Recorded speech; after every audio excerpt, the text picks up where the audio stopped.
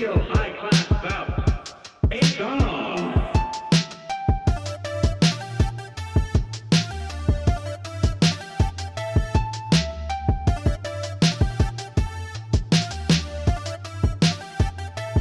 It's on!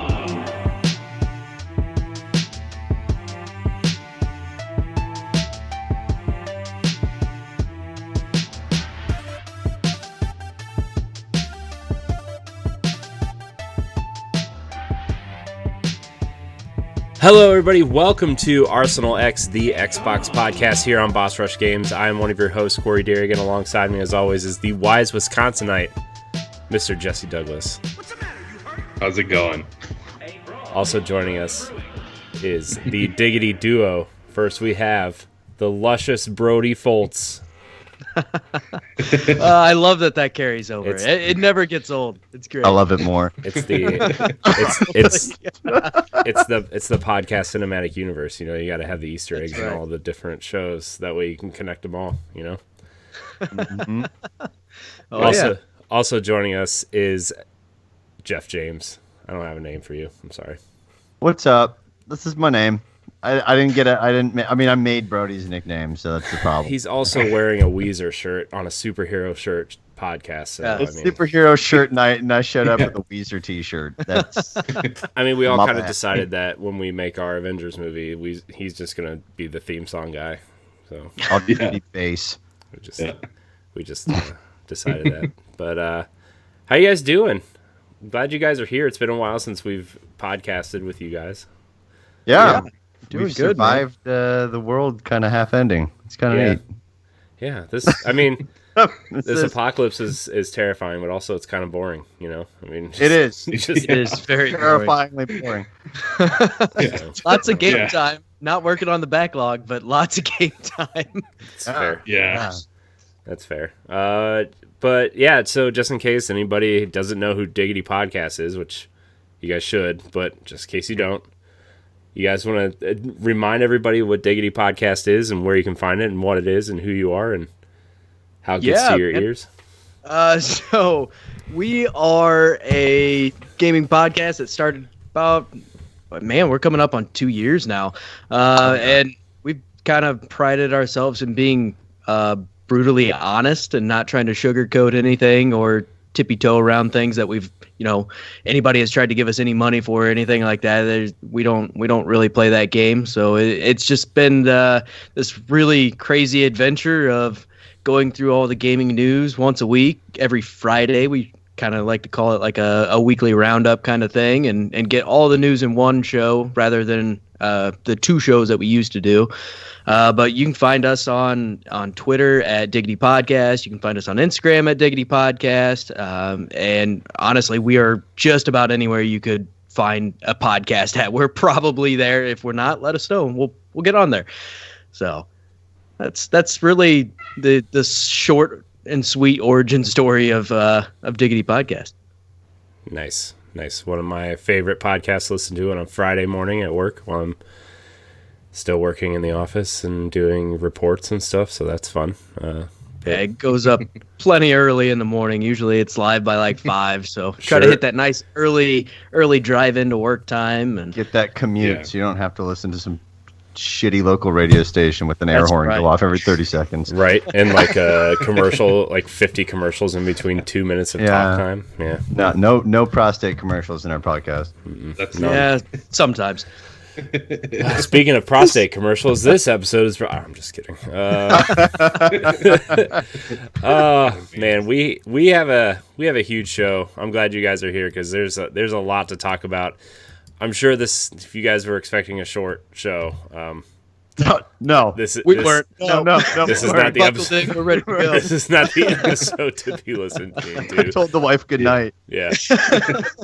Yep. So did I. Yeah. So, but if you didn't know, this is Arsenal X, the Xbox podcast here each and every week. Jesse and I, as well as our friends from around the internet, throw up the X because we didn't do that. Putting almost forgot. Shit. Oh. Try not to punch the mic on my way up. Yeah. And we come together to talk about the recent news, rumors, releases, and games in the world of Xbox. You can watch us live on twitch.tv/Boss Rush Games live every Sunday night and be part of the show. If you can't join us live, no big deal. You can head on over to youtube.com/Boss Rush Games. Our podcast services every Wednesday morning. Remember, you can email the show at arsenalxpodcast@gmail.com or tweet us questions if you have them to be part of the show. And you can catch our family of podcasts and all of our content on bossrushgames.com. What are you guys playing? Anything? One in particular thing? So we can just fly through this news. I've been playing some things, but especially because Game Pass just keeps getting sweeter and sweeter, and Oh yeah. I played a couple of those demos of the summer. Summer Game Fest or whatever. Summer Game Fest.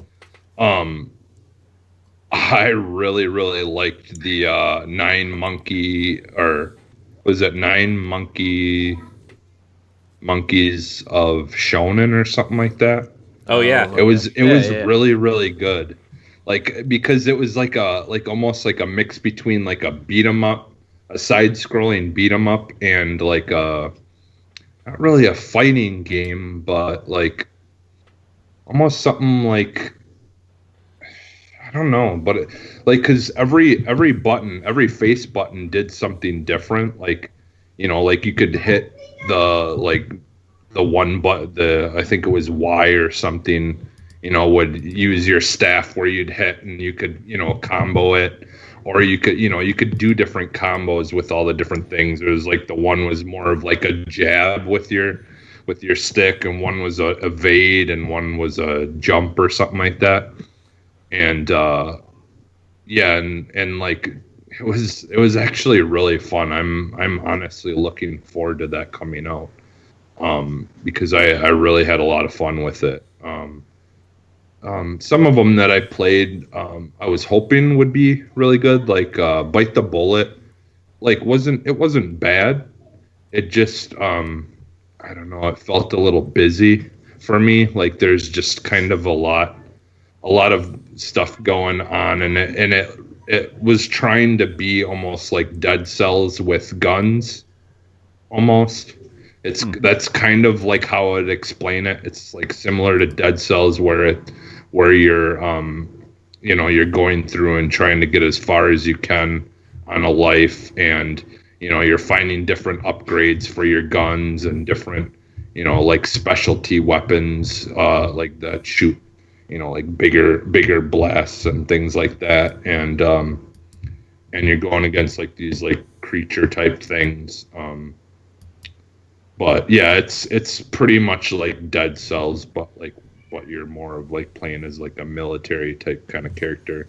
And like I said, it was all right. And honestly, it's it's an early demo, so I mean they could change stuff. And I think honestly it just needed to be smoothed up a little bit and polished, and it probably would be better. I could see it being like like Dead Cells, where as people play it and kind of give give critiques and things like that, maybe they'll kind of change things up, because like Dead Cells started out, not everyone was super happy with it, and then they changed it over time, and it became like an amazing game. So I mean, it's possible the same thing could happen with that. I don't know. I know I played some other ones. I played the Destroy All Humans demo too, and that, and I loved the original game, but it definitely did feel better. I mean, it just really was only that it looked nicer, but I think it felt better and stuff too as well. It was fun to play, fun to throw humans around and stuff with your and you suck brains out of things and collect them. That was always one of the That was always one of the best demos to play when you went to the store. While your mom would like go off and do shopping or whatever, you go over and play Destroy All Humans. That was great. That's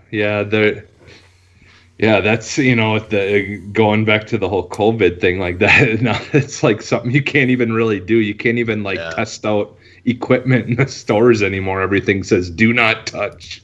They have it all turned off. All the speakers that you used to be able to test at Walmart and stuff. It's all turned off now and has notes on it. But it was fun. I enjoyed it. I probably will end up picking it up once it comes out. Play that again. It's been a long time since I played it. I think I have the backwards compatible 360 or whatever version of it on my Xbox. Wasn't it free with gold at some point? The first one? Yeah. So, I think that's pretty much it that I can think of for right now. I think I played like some Forza Horizon 4 2 the other day. Nice. Before we left, but that's always a fun game to go back to. Trying to get that Bugatti Veyron, and I want to get the Bugattis. I don't play it enough though, so I did have almost enough money, but then my son jumped on my account and spent it all. Oh no! Bought 4 Toyota Camrys. But that's fine because it's kind of for him too. I'm glad he's enjoying it. So nice. That's pretty much it. Jeff, what are you playing? Anything fun? Anything cool? Anything bad? You could have played something bad. I don't know. Yeah. I mean, I tried out Dirt 4. Oh god, That was a little bad. Well, I mean, it's not bad. It just wasn't for me. So, I guess I'll get to that in a second. But I guess I play a little bit of Overwatch. Been picking away at some Ni no Kuni. This week I'm gonna start chipping away at New Paper Mario. I just ordered that up, so I'm stoked for that to come in hopefully Tuesday, and I'll probably put some hours into that. And then like last night I'm talking to Brody. I'm like, bro, I think I'm gonna install Dirt 4 and just try this out. I'd never tried any of the Dirt series, and I like racing games a lot. But man, that one is like super, super, super, super technical. And I guess I kind of knew that a little bit going into it, that it's like all rally, but it's kind of weird. It's like the cars look nice, but everything else kind of looks bad. Yeah. And then which is fine, I guess. You want to have a really authentic driving experience. It's really good, but I thought like their whole thing was the graphics. I mean, at least from their latest trailer and announcement on the last Xbox showcase before this one that we just had was all about like the crazy graphical capabilities of it. But I don't know. Go try it out. I mean, it's free. Go for it. Yeah. Give it a friggin' whirl. I tried, but not me. Not for me. Well, that's fair. It's like I tried I like finally gave in one day and tried those what are the trucking game, like that mud like trucking games. Holy crap. I beat that. Have you? Talk about technical. It's like I have no idea what I'm doing right now. I know, yeah. That game I ripped that game for a bit and I actually ended up beating it, but I was such an idiot at the start because all the racing games I played just boom, go, hold the trigger down and just go like hell. And then I would try and I'd fail so hard. And I'm like, oh god, I gotta take my time with this. So like, it took a while, but I didn't mind Mud Runner. I'm like super intrigued about Snow Runner, but maybe trying it out. But I haven't bit the bullet yet on that yet. Yeah, I think for me something like that is like if in the future here with the next console, if that's backwards compatible, I wanna get a nice steering wheel for the next console, like to actually have for driving games and stuff. And I think something like that would definitely benefit in a game like that where it's more of a simulator, like where it just would be easier to actually like be able to shift gears when you need to instead of like pushing buttons and be like, okay, which one gear now shifts up and down? Yeah. So I don't know. Yeah, because those games are interesting. Like I've always wanted to try the semi ones too, the truck driving ones, but I just would rather have a steering wheel to do that. I agree.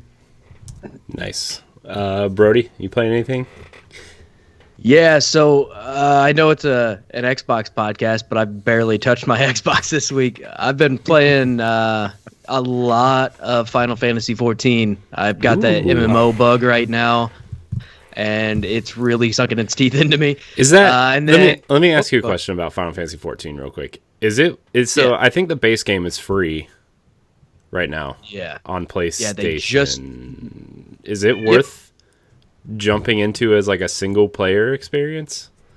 I have pretty much played all of it single player, so I would say yeah. I mean, as far as I am right now, and they just made a change to it where it's free up to level like 60, I believe, instead of 35, and it also includes the first expansion. So I mean, there's like a couple hundred hours of content in that alone. So wow, I recommend it. I mean, as far as MMOs go, this is by far one of my favorites. I'm having a blast with it, even like I said, by myself. So, and then I've been plugging away at Ghost of Tsushima and really having a good time with that. It's a flawed game, but it's still a lot of fun, and I'm planning on probably putting another 30-something hours into it, I would imagine.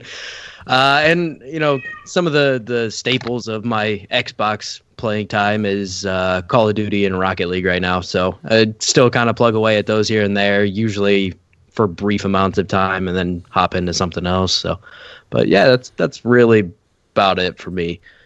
That's like the best-selling PS4 game now, or something like that, isn't it? Like something crazy, like I think it's the fastest selling new IP or something. Yeah. It seems to be doing very well. Yeah. Some 7-variable metric. Yeah. The fastest selling IP in the last 2 years on the East Coast for PlayStation 4 between the ages of blah blah blah blah blah. Yeah. just to make titles like baseball stats. It's selling out in Japan, actually. Like they completely underestimated how well it would sell in Japan, and it's killing it over there, and they can't even keep up with stock. Which I feel is like, why would they underestimate that? I mean, it goes really deep into. I mean, it has some solid. Historical pieces and stuff in it. I mean, I feel like people want to play the hell out of that there. Yeah. Well, I mean, I don't know. I think maybe because it's a Western studio that's making it in like a that's fair. Maybe a little bit historically inaccurate. You know? Yeah. Maybe they thought, well, maybe not. But they're like, oh, they're gonna figure this one out. You know, those dumb the country Americans that's think Panda it's fine. Yeah. The country No, that they has Panda Express and PF Chang's probably isn't going to deliver well on that. The people that think Chinese Solid, buffets consist of fortune cookies, chicken on a stick, and onion rings. Yeah. Don't you forget my sweet and sour chicken. And pizza. Don't forget the random pizza. Yeah. And it's not even like real pizza. It's just Cold like pizza. crust with cheese and maybe some pepperoni they found in the back somewhere. It's DiGiorno, dude. Yeah. Yeah, it's Cutting not the squares delivery. It's instead of DiGiorno. cutting the squares instead of triangles. Oh, man. We are all very white. Yeah, we are. We are. Man. Well, I guess I'll dive into what I've been playing. I've been playing some Destiny, although I've had to limit myself to 2 nights a week on that because it's I've got its hooks back in me, and I can't do it again. Yeah, I need to take a little. Every night. There's an intervention. Yeah, I mean seriously, we might. So I've been playing with my friend Mitch on Tuesday and Friday nights, and been playing a lot of that. Talk more about it on Tower Casuals this week, but been playing that. I've been playing Crosscode, which is I downloaded that the other day. Yes, if you like 2D Zelda games and maybe a little bit of an RPG element to it, you will like it. Dude. So That is right up my alley. it's so good. Yeah, I didn't know they put it on Game Pass, so I bought it on Switch, and then the next day I saw it was on Game Pass. Welcome to Game Pass, baby. But I mean, Yeah, I ended up downloading it off Game Pass too. yeah, So I'll even give it a try. yeah, it's really good. I was not expecting it to be that good, and there's like this really cool orb throwing attack that you get, and like you just kind of it turns almost into like a twin stick shooter almost, where like you kind of just aim with the stick and shoot it, and it's fun. So Nice. I'm gonna. I was gonna download pick that it up right now. on. I was gonna pick that up on Switch, and then I saw it was coming to Game Pass. I'm like, well, it's a good thing I waited. Good thing my backlog prevented me from buying anything else. yeah, but it's fun on Switch. I mean, it's totally like if it like I would play maybe like 5 or 6 hours on Xbox and move on to the next thing, because I don't know, games like that I feel fit more at home on Switch, but Yeah. still I'm playing. using the Game Pass app right now to download it, so there's like a 50% chance that it works, but There's a 50% chance that it works, but then that other 50% will just cut you from the Skype call because it downloads. maybe You're using too many Microsoft products at once. Stop. Bring back Zune. So I've been playing Crosscode. I've been playing Fell Seal, the Arbiter's Mark, which is like this Final Fantasy Tactics Ogre kind of. Mm-hmm. Yeah, I mean it's just those games with the art style is like, it's okay. It's growing on me, but the mechanics of the game are just amazing. I if you're into tactics games at all, it's actually scratching the Fire Emblem itch that I've been having for a while. There you go, Brody. So instead go. of just Speaking going, my language. instead of just going back and playing Fire Emblem Three Houses through a different house, I've just got another game. So, whoops. So yeah, it actually really scratches that itch. So I've been playing that, and then I've also been playing a lot of Halo. Actually, Nice. Is that multiplayer. like in preparation? No, I play Halo off and on. Preparation. Like every couple Halo. months, I'll just pop in Halo and play a couple rounds of multiplayer and be like, okay, that was fun. I should do this more often, and then I forget about it like instantly. Yeah. As soon as I turn it That's off, how I just I- forget about it. That's how I am with Siege now. I like every once in a while I'll pop in Siege and I'll be like, God, why am I not playing this more again?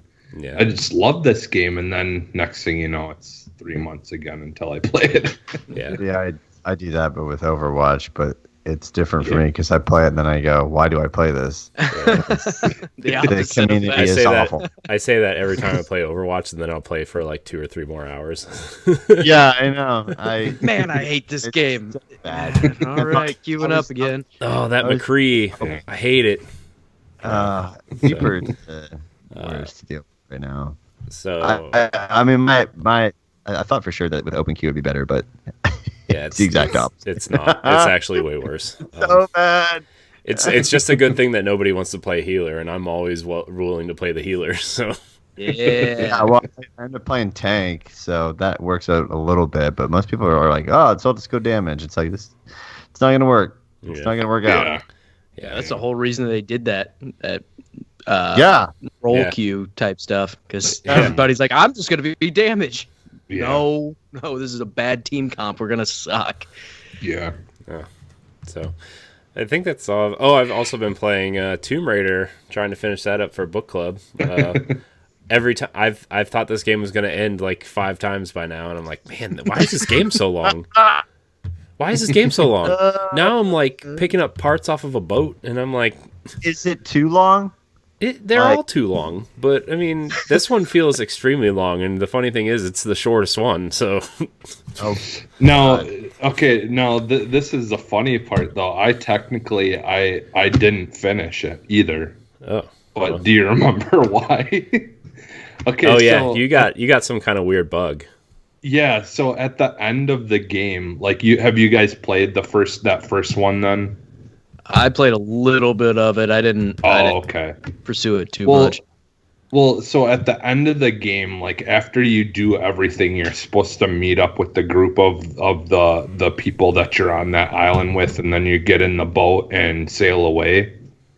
Well, I went over to where all those people were, and I was just about to go talk to them, and something happened where I think my Xbox or something needed to update. And you know how it like will kick you out like of the internet and then tell you that it's got to update. Well, it did that, and so then I went back in, logged back in, went on, loaded up my save, went to go talk to where the people were, and all that was there was just one of the ladies that sits like sitting on the ground next to the boat, and none of the other people were there. It wouldn't let me talk to her. And it was showing like the icon of where you need to go to finish, what you need to do is out in the water where you're supposed to drive get in the ship and drive it to that point. Well, I kept on trying to reset the game and redo it, and it would not load. I'm like, well, technically all I have to do is get on this boat and then go to the end, so I'm technically done, guys. So it legit won't let me finish it. You aren't like a diehard achievement hunter, are you? No. Okay, I was gonna say that would be awful to make it all the way through that game. Well, the thing with Tomb Raider 2 is, like, even if you are a diehard achievement hunter, this isn't the game to do it, because there's about Not 15 multiplayer achievements, and, like, Oh God! I looked at I was like, I totally forgot this game had multiplayer. First of all, Yeah. and I clicked on the multiplayer thing. I'm like, I wonder if somebody's playing this game. No, nobody's playing this game. One's like reach level 60 in multiplayer, buy every skin for every character, and there's literally 25 characters that you can play as. And I'm like, oh God, this is bad. Oh my God! That Tomb Raider issue of it being too long sounds a lot like a Red Dead 2 issue. Yeah. Where you're just like, all right, I'm on an island now. Okay, I'm off the island now. Now, okay, when's it ending? 30 that one hours overstayed its welcome just a little bit too long for me. Yeah, I fell off of it shortly after I came back from the island. Yeah, I beat that thing. Ooh. I've heard a lot of people say that about Last of Us too, where it was just it like keep on thinking that the game was over, and you're like, okay, oh no, it's not done yet. You're only halfway done, buddy. I heard that a lot too. Like, yeah, man, that's when you're only halfway through and you're already thinking it might be a little bit too long. Yeah. Not great. Well, I remember, like, I got to the guy where, like, he's like the scary villain guy, and I'm like, okay, well, this has to be the end. No, I'm running away from this burning Chinese village. And the thing is like, I've played and beaten this game before on 360, and like I'm playing it because it was our book club game for last month, and we just haven't gotten around to doing our book club episode. And it's like, okay, well, I'm just gonna run through it. My plan was to beat it this week. I was like, I played for 3.5 hours the other night. I'm like, where the hell is the end of this game? Like, and now I'm like picking up boat parts, and now I'm going to take the boat back up the river to the burning city that I just ran from. I'm like, oh my God, what's happening in this game? I like these games, I really do, but it's also like, why am I? I don't know. So I've been playing that, and I can't wait for it to be done. And by the way, also, Ed, I know you're going to listen to this, and you're going to send me a message as soon as you hear this part, but I've been playing Okami on Switch also, which is our next book club game, and Okami is a terrible video game. Ooh, hot takes. It's a very pretty game, and I'm sure when it came out in 2002, it was a great PlayStation 2 game. And I'll even you have to love it.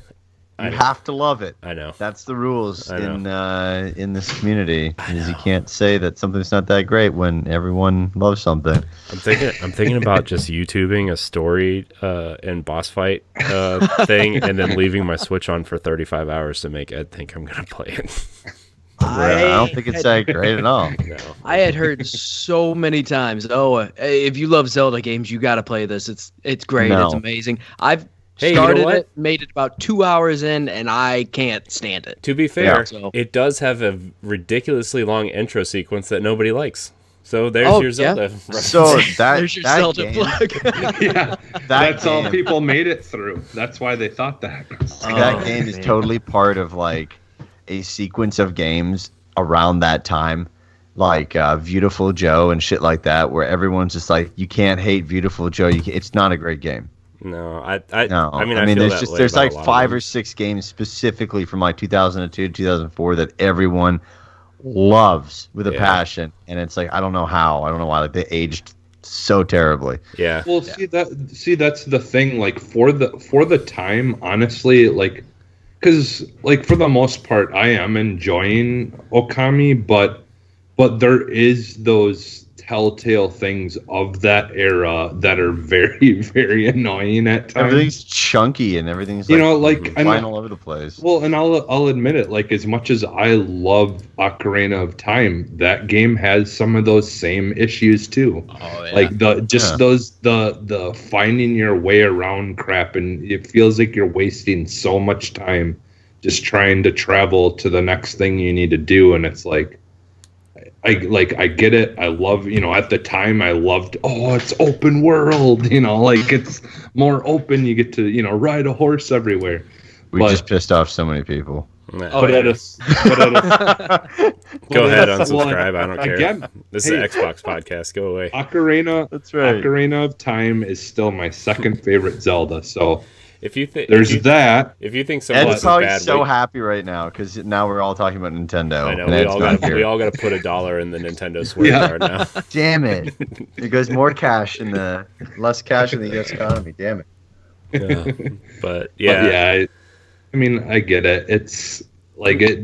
I mean, there's a It lot is of a games. great game, but at the same time, there's just things about it that I'm not enjoying either. But There's a lot of games that I used to love, right? And you go back and play, and you're like, oh god, this is. Yeah, I don't. it's not I'm just gonna great. turn it off now and just pretend I didn't do this, and I'm just. Oh, I like that game when I Yeah, played 'cause it. you don't want to ruin it for yourself. Like- But that's the problem: is the people who constantly say this is perfect. This is perfect. I don't even think they play it.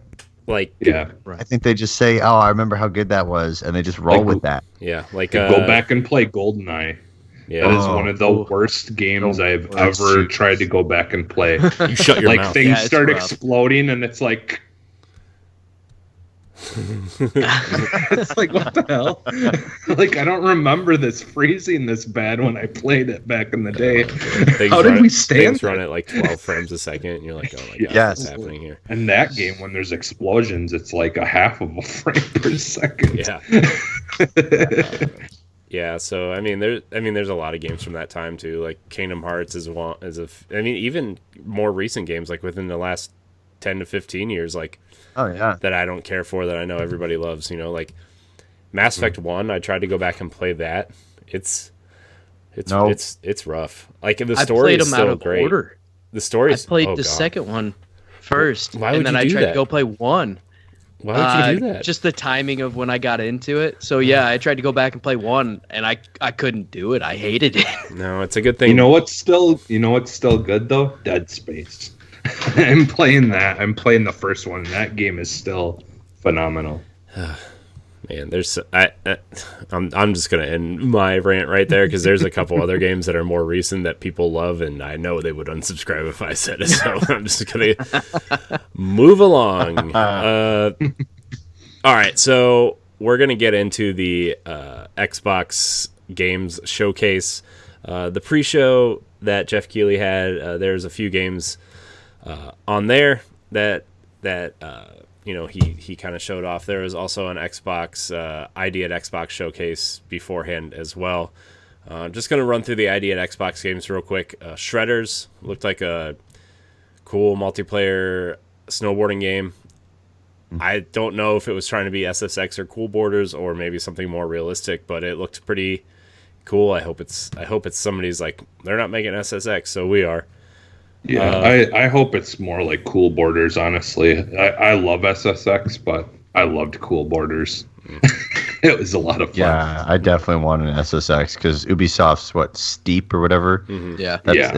That's hope kind it's of. I mean, nothing it's like that. Yeah, it's not. That's way too. We need an Oh, you're one of the arcade 5 people snowboarder. that played Steep. Oh, how was it? Tried it. Went great. Yeah. I love snowboarding games. I love to. You know what? It's because you didn't buy the Olympics expansion pack that made it better. That's isn't right. it? Yeah. That's right. Exactly. You didn't Exactly. snowboard as a Jamaican bobsledder. Okay, so I did. I didn't get the Jamaican bobsled DLC.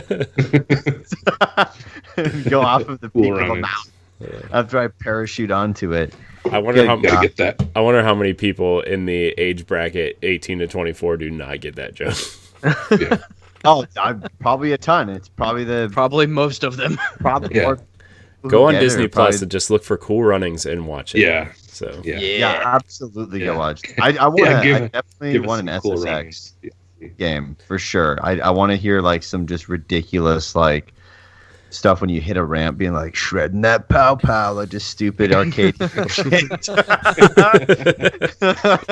I just want to hear the dumbest stuff, and I just want arcadey snowboarding. I don't want jumping out of a perfectly correct Bombardier helicopter onto this mountain with incredible physics and all this other shit. I don't need it. I don't want it. Right.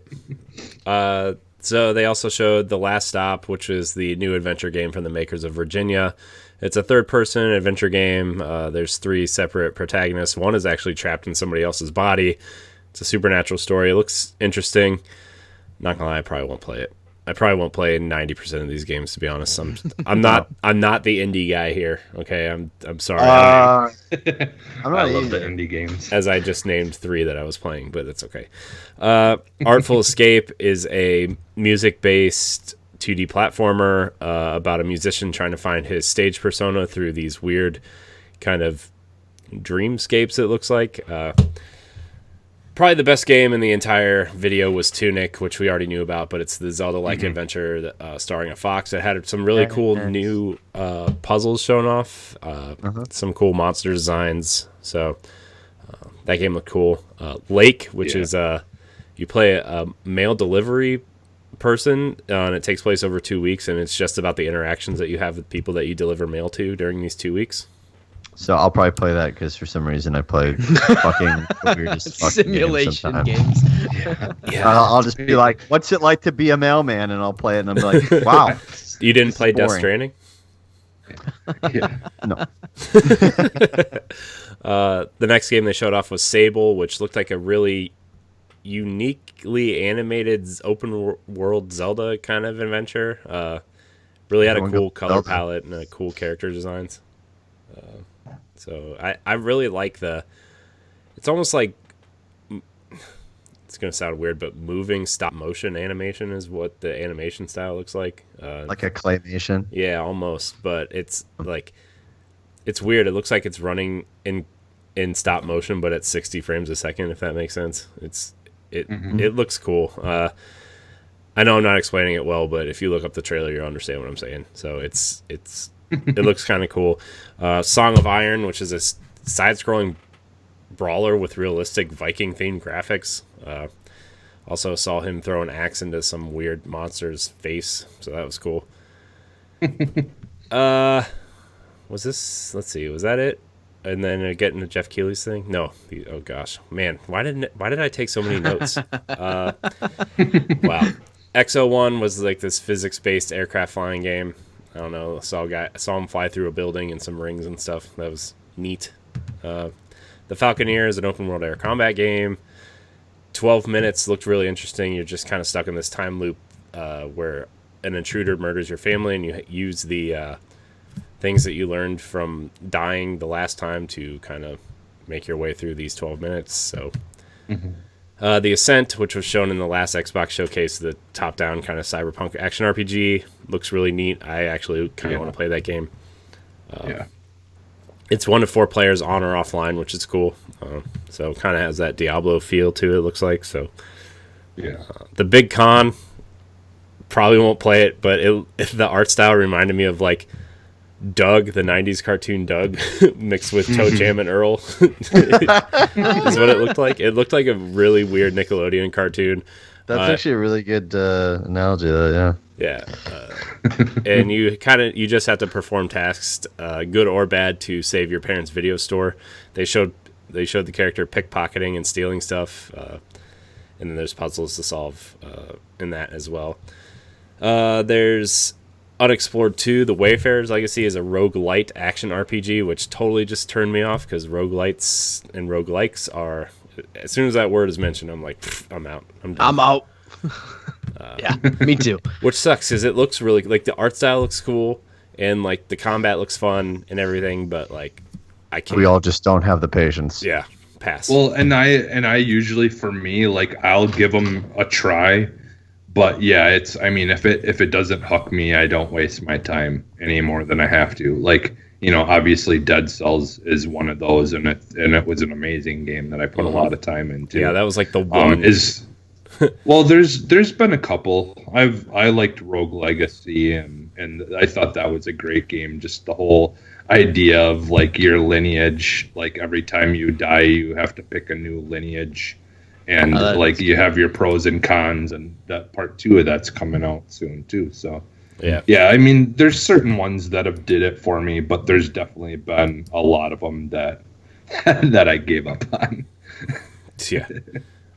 So that and then the last one was this physics-based brawler called Mad Streets. Anybody kind of turned off by how big these characters were and on screen, like how much screen real estate these characters took up? Well, yeah, it's a little bizarre. The cover thing reminded me of Bad Dudes. Like it's just a ripoff of Bad Dudes. Yeah, kind of, but I don't know, man. It looked weird and just very kind of unattractive to me. But it's for somebody, right? I mean, not all these things obviously are going to be for everybody, but I was just like, whoa, this looks like somebody used this really weird Street Fighter 4 mod and created these giant characters that just kind of flail around when they get beat up.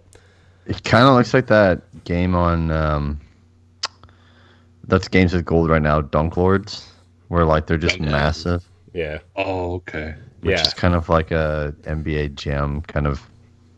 Yeah, I saw that. I actually just downloaded it because I was gonna check it out, just to not play it. Just load it up. I mean, so from this, just sure to get my free shit. Yeah. Someday, someone. Well, look. This is the only reason. It's the only reason why I have 1-2 Switch still on my Switch is because my nephews come over and they think 1-2 Switch is the greatest game ever made. Good God. And I'm like, I wish I could take it off my Switch and just give it to you. I really do, because I don't want it on my Switch. It's taking up 500 megabytes on my memory card. I do not want this game. So yeah, that Mad Streets game. There's a one screenshot where there's a picnic table and the dudes are like 4x. Yeah. The picnic table. Yeah. And like their forearms are bigger than their biceps. Yeah. It's hilarious. They've got hot dogs for arms. Yeah. Like Popeye. Yeah. Legit. Yeah. So what are like the 1 or 2 games that really stuck out for you guys for this game? That pre-show? Yeah. No, for the ID at Xbox thing. The ID at Xbox. Okay. Probably Tunic, honestly. Tunic, yeah. I mean, otherwise, none of these are really. I mean, well, I guess the snowboarding game Shredders, but other than that, I mean, it's whatever. Everyone's going with the really like artsy on a lot of it. Stuff I mean, some of the artsy stuff is great, like when they're choosing a new art style, but some of them are getting like, I don't know, like into the almost like the film industry where you get those ones that come up for the Oscars for awards and you're like, what the hell is that? And it was like made in southern France, but the movie's all in Italian, played by Irish actors, and you're like, what's going on here? I mean, for me, I think Tunic is the standout, and then the Ascent looks really cool. I mean, those are really the only 2 games that I will probably realistically play. I'd probably give Shredders a go. Yeah, I think it depends on what kind of game Shredders is before I try it. You know, like if it's SSX or Cool Borders, I'll definitely play it. But if it's some kind of like weird, like snowboarding version of Skate or something where you have to like do all these like be super realistic, I'm like, pass. So arcade for me, and bring back like the late 90s, early 2000s styles. Snow gear and shit. Yeah, that's where it's at. Yeah, dude, neon powder suits, man. I remember that one winter I tried to be a snowboarder. That was uneventful and hurtful in many ways. I'll probably check out Last Stop because that's my kind of game too. You know, like I like the horror, like supernatural type kind of games and stuff. So yeah, anything that's people would consider to be scary, I'll play. Like I played through all of the Blair Witch game on Xbox, which I had some issues. For me. I had some issues with it, but overall I enjoyed it. It was fun. I think the 12 minutes is kind of an interesting concept too. Yeah. I remember seeing that one a while back, and I think that's kind of cool. Like, if you're going to do a roguelike, that's probably the way to do it, where it's more like you use it as an element of a puzzle rather than you got killed by, an enemy and now you're starting over. Like, this is just kind of a puzzle take on it, which I think that's kind of neat. Yeah, but how long is it going to take for someone to realize, oh, you just have to lock the door and stand behind it with a knife to stab the guy in the face when he walks in the door? You know what I mean? Like, Oh my god, could you imagine? They mess up like that, and there's like people find out in the first day it's gonna get ruined, right? yeah. Oh yeah, yeah. Bring it to Yeah. Game Pass. I'll play it that first day and never touch it. But again. that kind of sucks because now you've made a game where there's kind of a stigma about talking about said game Yeah. Yeah. because you're giving clues about the game, and now you're missing out on all the sweet organic marketing Yeah. from people. Yeah. Well, Dang. Yeah. we'll see. I'm sure somebody. What? Oh, the Song of Iron, I probably would check out too, just because I like the side scrolling, like kind of. You must be the hack and slash beat 'em up guy, huh? Yeah, yeah. You're gonna play Yeah, I Magic. played a lot of those. Growing up in the 80s, you play a lot of those, like the Simpsons and X-Men. Yeah. All right, so Jeff Keighley's pre-show. We're going to get into that. There's only about 5 or 6 games here that we can fly through. Dragon Quest XI S Echoes of an Elusive Age Definitive Edition. That's a mouthful. Was announced for Xbox One and Xbox Series X. I think it's coming to Game Pass. It is. In Yeah. December Yes. as well. So Yep. I know that because I just bought it on Switch. So it's gonna Whenever come to Game Brody Pass. buys a Hey, game, it's either you know coming what? to Game Pass I- or it's on sale. I just bought it on Switch like a month ago. So Yeah, I bought it when it was on sale not too long I ago. Yeah, feel I did like too. it's better on Switch though. I feel like that's a Yeah, game that you it's a wanna great take Switch with game. you anyways. I mean, Yeah. yeah. not that 3 isn't bad, but probably fits better on a Switch. Yeah, I'm with you there. Exo Machina is a free-to-play first-person competitive shooter that kind of looks like Titanfall meets Transformers meets Pacific Rim, sort of thing. There's grappling hooks and cool vehicles and giant robots and hoverboards, and I don't know.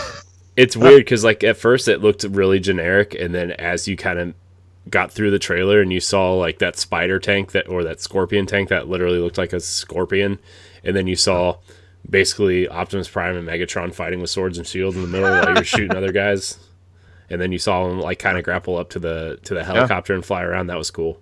So It is basically a Mark Wahlberg movie. basically, Yeah. Yeah. I think I found a transformer. yeah. Guys. Where's Michael Bay? You see that Right. thing there? Yeah.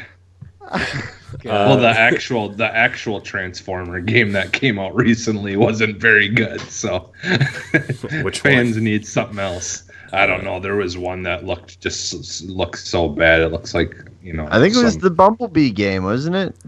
Well, there's one where you play as like all the Transformers in the city, and you're just like running through destroying stuff the or the buildings and cartoony stuff. looking one that Platinum did. Yeah, isn't it like is it a fighting game? No, it's slash, it's like a it's kind of like a Open brawler, world, but open Is world that brawler like type Rise of Cybertron or something like that? I have no idea. Or is that the but, one like, before people it? were No, so mad. The War for Cybertron and Fall of Cybertron are the two good ones, and then they Okay. tried Mark to. Wahlberg in those? No, they're not. They're not even based on the movie. Shy- He's an is Easter Shy- egg.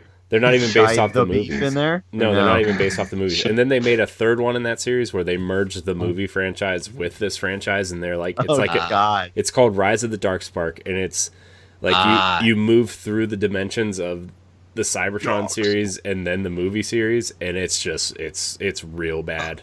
Seems terrible. Called Transformers Battlegrounds. Oh. That's what the new one I is.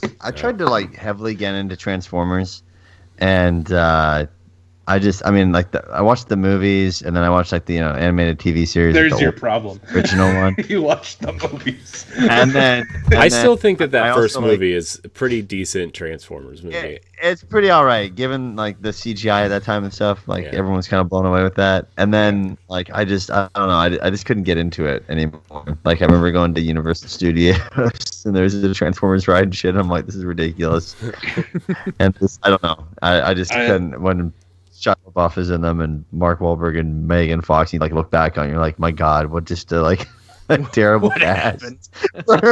It's like if like American Pie was gonna make an action movie. Yeah. Like these other things Or Stifler's mom. Oh, Yeah. Stifler's mom. It takes place in Megan Fox. Man. I loved the Beast. Like, I was a big fan of the Beast Wars TV show when that came out. I loved that, but Waspinator. yeah, He was shit. Yeah. yeah, Those are way cooler. Yeah, definitely. And it was interesting at that time. You know, those graphics and the way they did it was like was completely different at that time. Yeah. Man, Transformers. There's a new Netflix Transformers show coming out. I'm hopeful for that one. Yeah.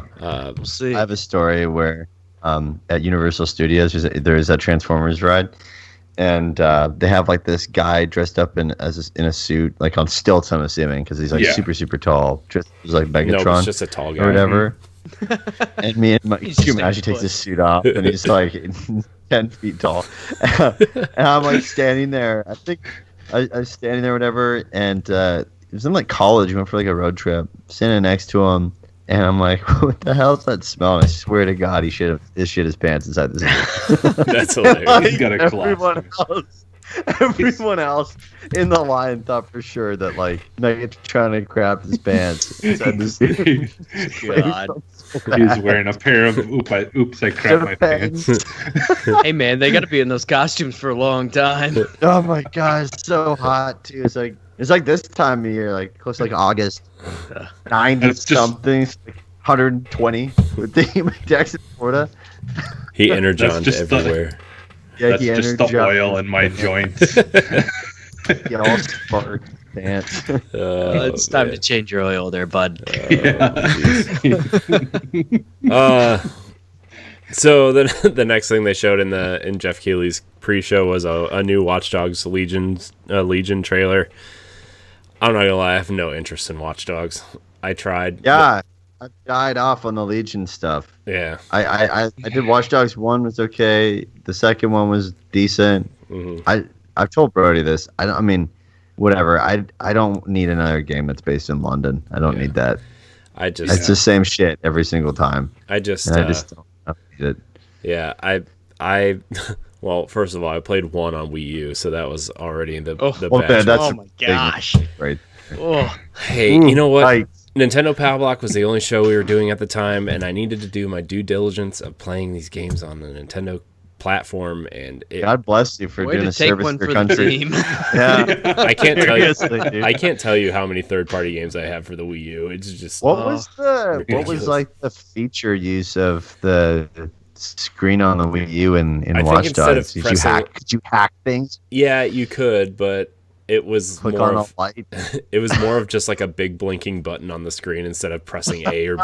So Hack. All right. Stab also, it with the stylus and the screen flashes because it's so shitty as you hit it with the stylus too hard. yeah, and also I had to restart after playing for 2 hours because there was this weird bug after the birthday party scene at the probably towards the very beginning. I think I don't even think it was 2 hours in, where like I would get in the car to chase the guy. Like there's this chase scene, and I would get in the car, and the car would just blow up. Oh my God. And then I restarted. I'm like, do I have to get in a different car? Because this is like not working. And then I got in the car and I just started driving. I was like, oh, okay, well. So I like Watch Dogs 1 because I think Chicago is a perfect video game city for a video game environment. With all the nooks and crannies and all the old architecture and new stuff. And that's why I really dug that one. I wish that they did like some more stuff with that. I wish they did like a Grand Theft Auto, Chicago based, honestly. Yeah. I could definitely do that right now. Yeah, what if they were to do like the old like gangster style, like if instead of going to the 90s they could go to like when the whole gangster thing, do like that, like I know it's been done before, like Mafia and stuff. LA Noir in some aspects. Yeah. But still, I give totally it their flair. I think I might be the only person that's still looking forward to Watch Dogs Legion. Why? I actually really had a lot of fun with 1 and 2. They're not incredible games by any means, but there's fun to be had there, and that's more or less what I'm looking forward to about it. I know that it's probably going to be rough, and it's probably this whole idea of being able to control anyone in the city is just a little excessive and a little. It's probably not going to work out very well, and I'm fully aware of that. But It's gonna be I dumbed still want down. to try. Oh It's yeah, gonna be dumbed down for sure. Because I Watch still want Dogs to try 1. it out and see what it is. Yeah, there was a lot of promises in Watch Dog 1 Oh that my never god! happened. Yeah, which is awesome. It's like, hack this, the street lights. You shut them off, and you cause a car crash, and you can hack their radios, and then hack people's cell phones. And instead, it was like, press A, and then oh shit, people crashed, and then you just kind of walk away. Well, it's like, in like Watch Dogs 2, it was kind of a weird thing where I bounced off of it for a little while, and I came back to it, and I enjoyed it and finished it out.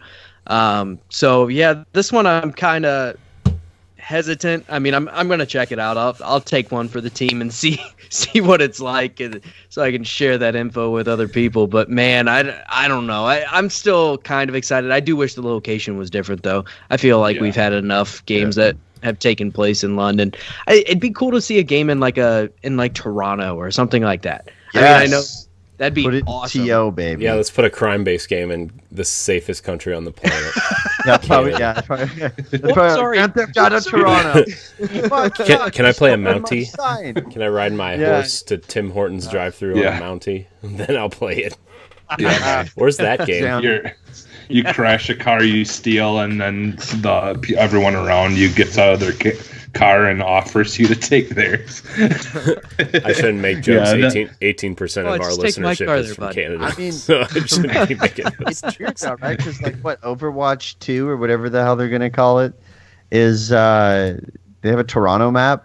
Like that's just so random to me and weird. Yeah. But with Watch Dogs Legion, like I definitely believe that the Be Anybody and all that kind of stuff is gonna be so dumbed down. Mm-hmm. So dumbed down. And then on top of that, like the weirdest thing I find about it is like just the weird use of technology. So they have like all these drones and all these different things. There's like a construction drone, okay, that like carries supplies and stuff for people, but then there's still just like a guy with a hammer swinging on like a piece of steel and stuff. And stuff. It's like, it's like they took a normal map and then like, all right, just put drones on like everything. But like useless little things. It's just really weird. Some of the promises remind me of when No Man's Sky was first coming out, where it's like, oh, you'll never see another player, but more like, oh, every planet has a different race of animal, and it's like, yeah, technically correct, but what you did is you split this animal into like 4 separate pieces, and then just exponentially expanded and like attacked a weird fucking leg coming off of its head type shit, and it's like, I don't see how they're going to have that many characters that are interesting enough in this game to actually be, compelling or that you even care remotely about any of these characters. But we'll see. Like I said, I'm gonna take one for the team. Ubisoft's character modeling is not the greatest, also. Yeah. We were just talking about that. I'm in the same modeling. boat. I'm in the same boat though as you. I still loved 2. I know it was like it did some things better. I wish it would have did more, but I still am interested in this game. Like I haven't really been paying attention to it as closely as I was like when 2 was coming out. Yeah. But yeah, and part of it too is just with everything that's going on too, with like all the, the crap that they were, issues and stuff that they're having in house and all that. Oh yeah. At Ubisoft and all that. It just, like the way they handled everything is really what upset me the most, of them just like, instead of, like talking about it, just blatantly saying, yeah, we're not going to talk about it. Mm-hmm. They took the time to say we're not going to talk about it instead of talking about it. Mm-hmm. And it's like, that's not really a good move on your part at all. Yeah. So I don't know. Like, I think part of that is kind of like just bum me out with anything coming from them right now. But I do still have an interest in that game. I do want to see what it ends up being. I probably will eventually get it, but I don't know. We'll see. I think, as we get closer, if there's, more stuff comes out, maybe. But yeah, it's just kind of up in the air for me as well. Well, the good thing is Ubisoft games go on a pretty steep sale within a couple months after release. So Yeah, you should be able to get Speaking it for of about Ubisoft half price. sale, I know we were talking about steep earlier. Amazon has it on sale for $6.61. So Does it really? yeah, There you go, Jeff. and it's Does it really? the Reeboks Gold version edition. with the Olympic stuff in it. So There you go. Shred some pow pows, the Jamaican bobsled team. that's gonna be the Shred title our- of this episode. yeah. Shred Some some fresh pow pow. The Jamaican bobsled team. Oh man. Let's start a team, guys. Get the Australian snowboarding team out there. I gotta write that down before I forget because it's funny. What, shred fresh pow pow? Yeah. Someone in chat, remind them. I learned that from a dude in California. We were in California. We were just talking about like Whistler and Canada and snowboarding and stuff. And we got on the topic of it. And he's like, "Yeah, like this is the most California dude I ever met in my life." And he's like, "Yeah," he's like, we go up there, and he's like, "We've been to like Whistler Blackcomb. We just hit that fresh pow pow." And I'm like, "What does that mean?" And he's like, "You guys don't call it pow pow? We never call it fucking snow." Call it what it is. That's funny. Oh gosh. I call it hell in Wisconsin. Yeah. Well, the next game they showed in the, in the pre-show was this game called Echo Generation, which is a turn-based strategy game. Looks a lot like Stranger Things, kind of meets, a pixelated Stranger Things kind of Minecraft, Paper Mario type thing.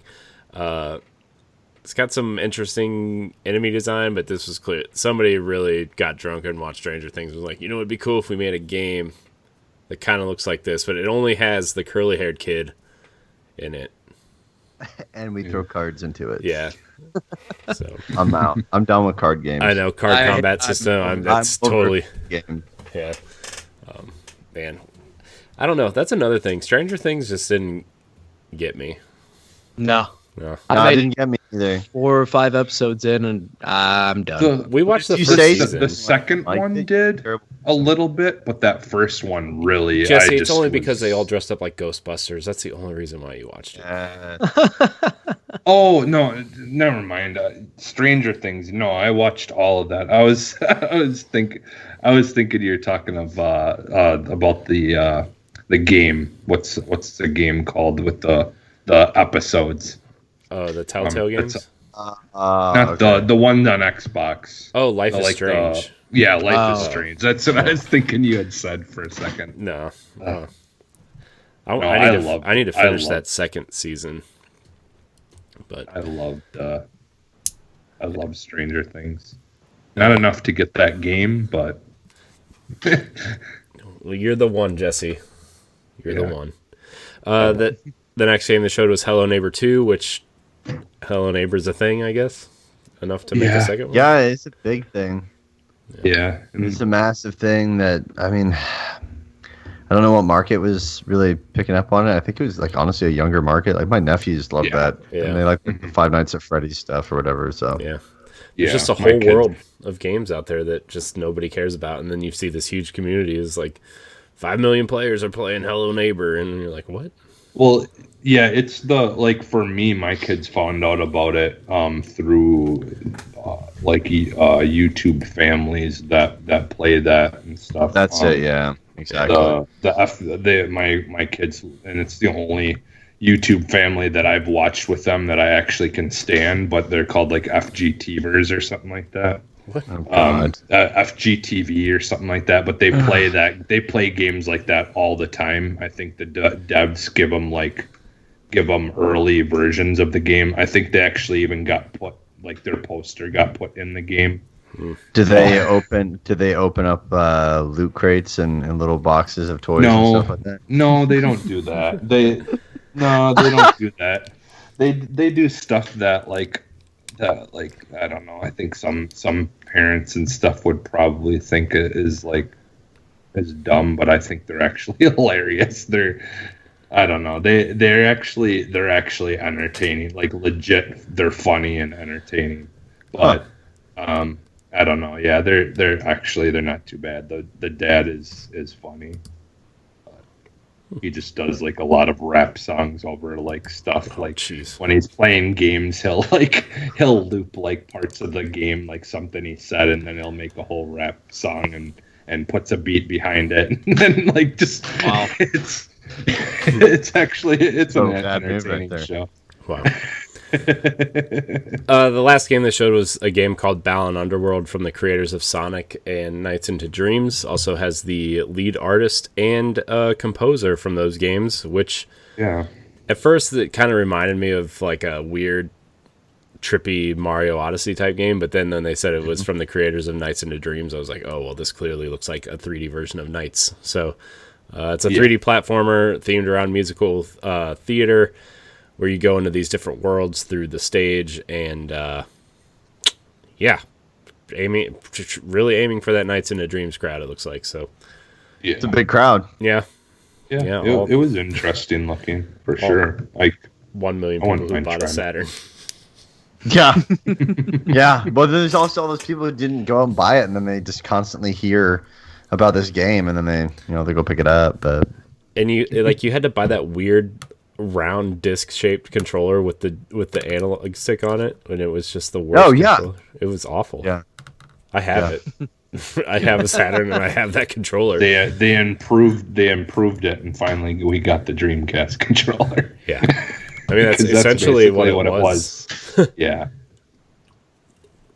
So Bad design of the Dreamcast controller. yeah.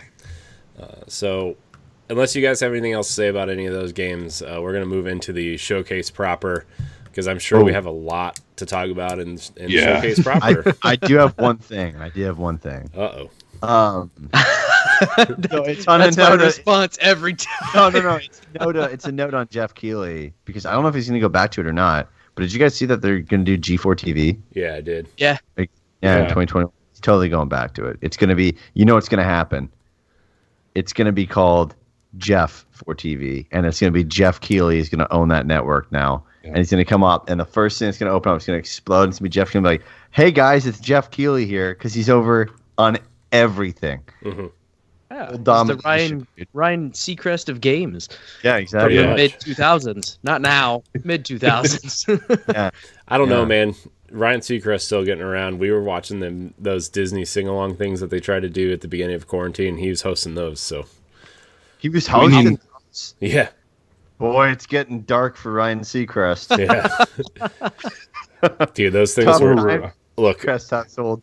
it's a good thing Holy- that my 2-year-old likes those things, because they were pretty bad. Was not a fan. So Was it just all celebrities singing it with Ryan Seacrest? yeah, kind of. But it was all through like webcams and stuff, so it was like real bad.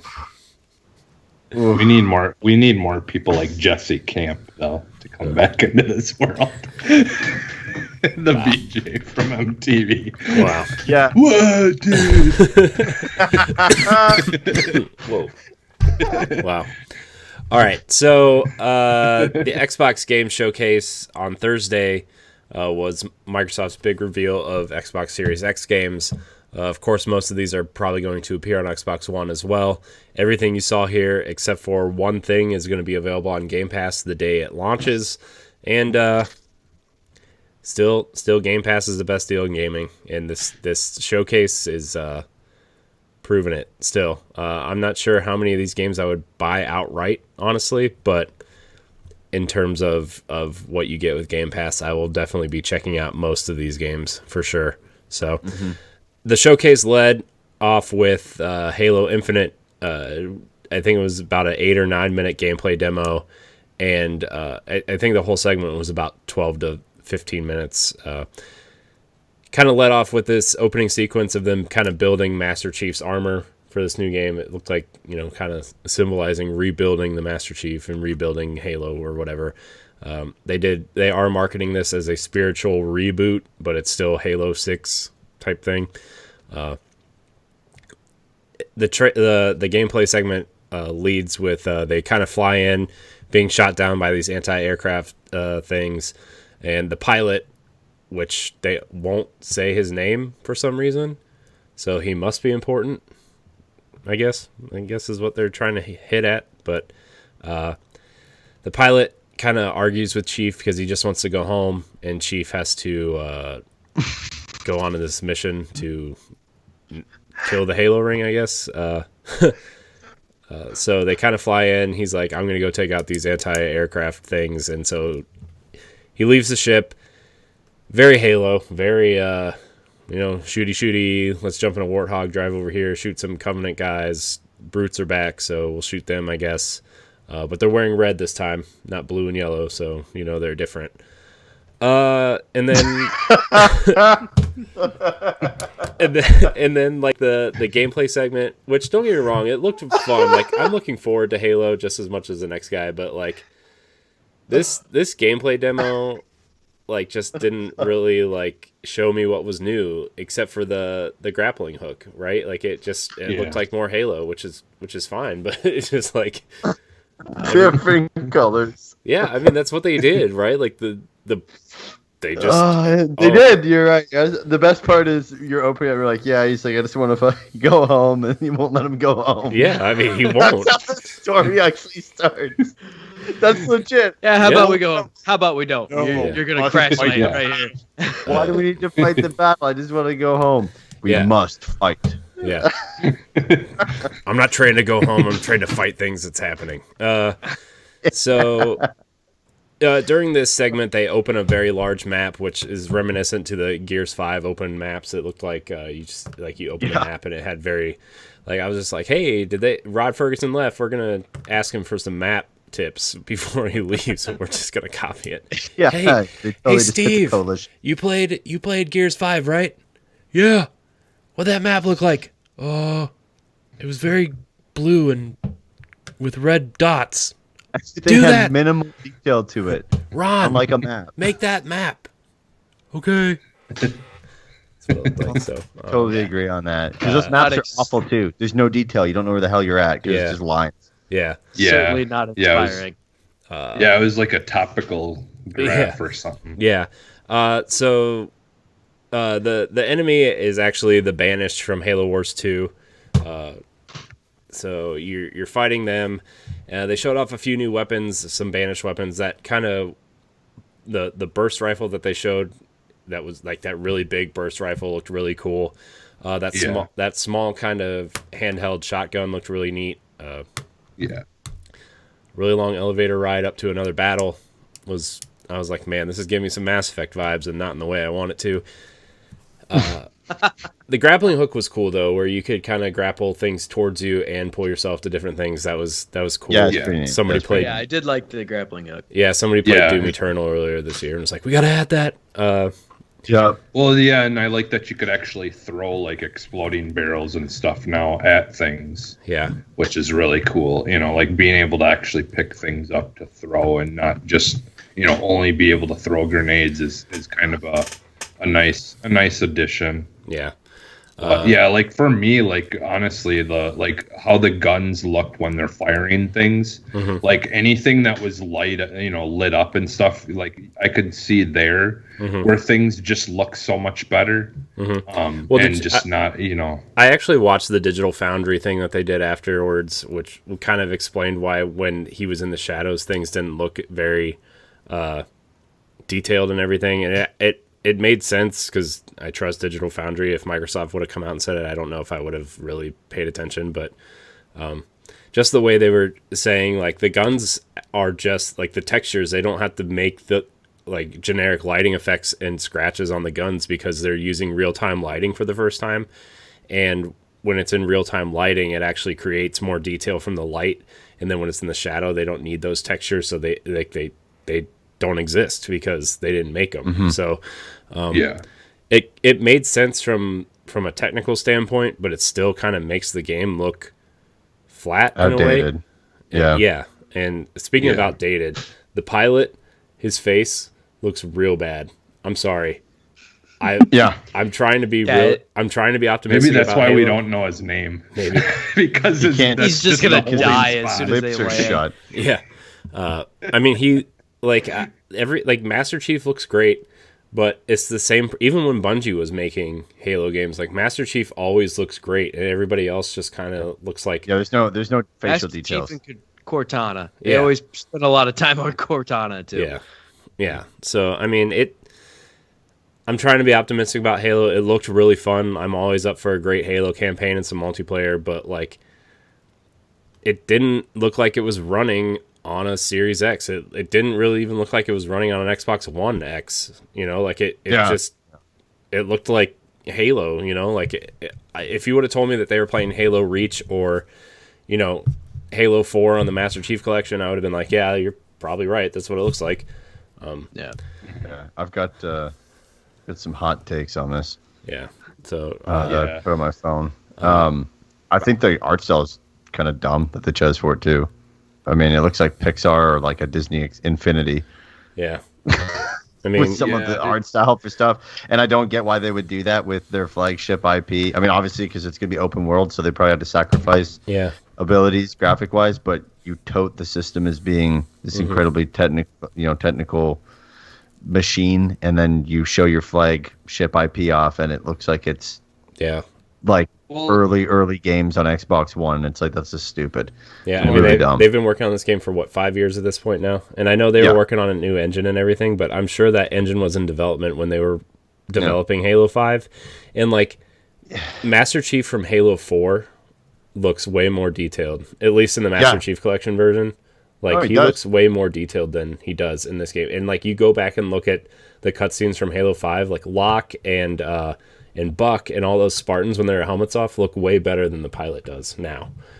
And I'm not understanding why. I think they went for that just to. I mean, maybe the map is so big that they had to cut back but on I don't stuff. think I don't think it's going to be that big, honestly. Like I mean it's not going to be much bigger than something like The Witcher, right? And The Witcher is a huge game, and those character models look better. Maybe they want to take it in a direction so that it's easier to make Halos going forward if they're in that art style.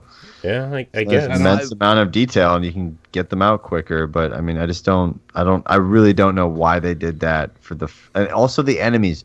They chose enemies from the second version of what was a crappy series of a game. That the second game in that series was okay.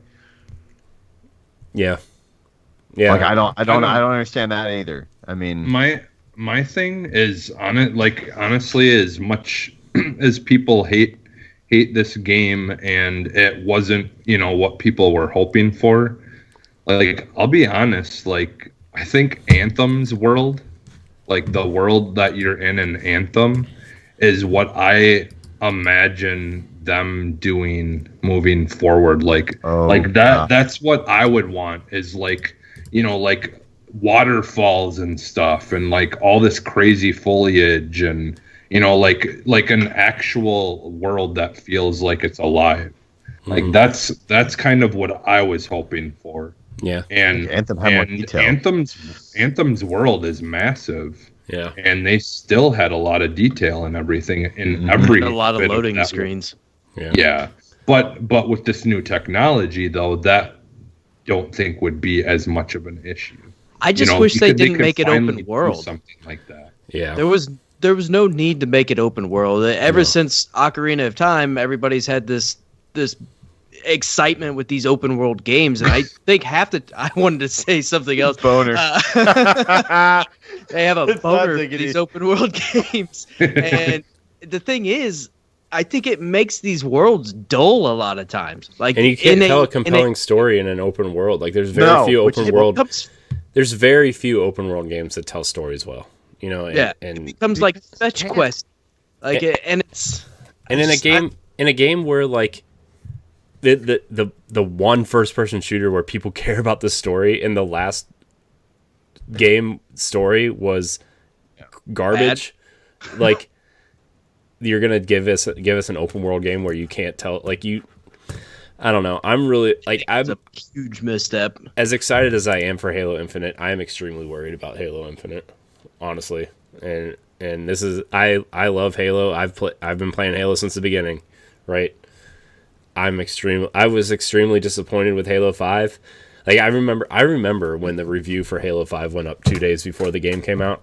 I read the IGN review, and Ryan McCaffrey, his tweet about his review was, "I'm disappointed in Halo 5," and I was like, "Oh no!" And then I read the review. I'm like, "Oh no!"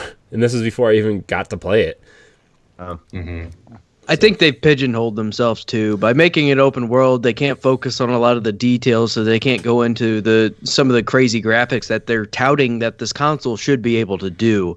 And now they're not delivering on it, at least from what we've seen so far, right? I mean, it is what it is, but I think it would have been much wiser to make this just level-based game like they've done with Halo in the past, and I think people would have been perfectly happy with that. I think that's what people want from Halo, you know? Absolutely. Like, especially now when people are touting for single-player games with smaller stories, and because like I think the story here could potentially be neat, where like this pilot who's lost finds Master Chief and all he wants to do is go home, right? Like, I think that's a really cool, like, that's a cool story. That's a cool setup for a story. And like, now he has to, since he found Master Chief has this mission to find Cortana, and he's joining him on this mission. And the only way he can go home is to help Master Chief. Like, I think that's a really neat story to tell, but how are you going to tell this in an open world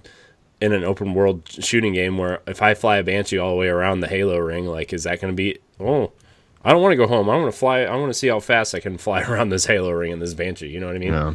And like, is there co-op? My memory, there's from that. There's co-op. It's confirmed split screen co-op, up to 4 players co-op in the campaign. So, which that's decent, but again, the problem is the campaign's not going to be a very rich campaign. I think people just wanted like a rich, story-driven campaign. And they've since come out and said they're going to add story content periodically to this because it's a game as a service now. And it's like, great. That was going to be my next point. Is I'm scared that they're trying to follow in Destiny's footsteps, which Destiny is great, but I don't want that from a Halo game. Right. And that's why they went to open world, so now they can just open up a new part of this world.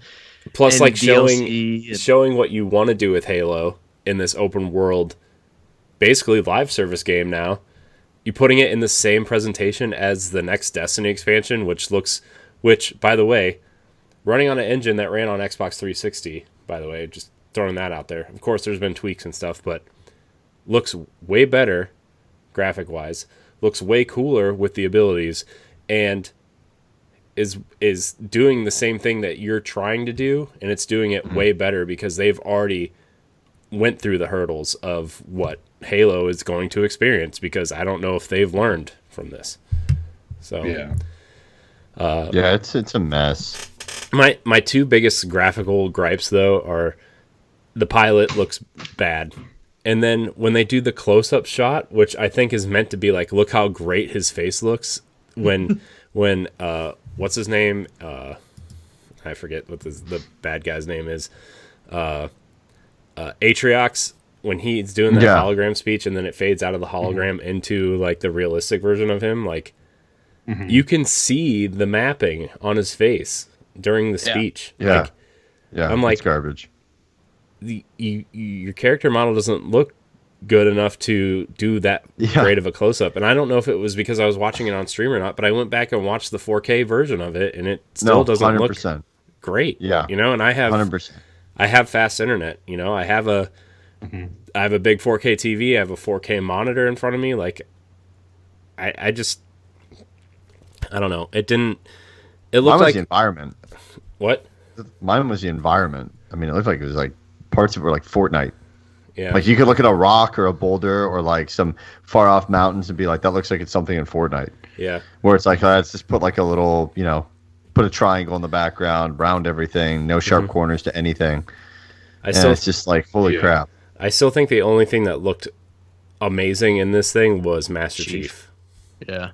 And the guns looked fine. I mean, I anything think that you're going to weapons, see from the first person, I think, looked okay. Yeah.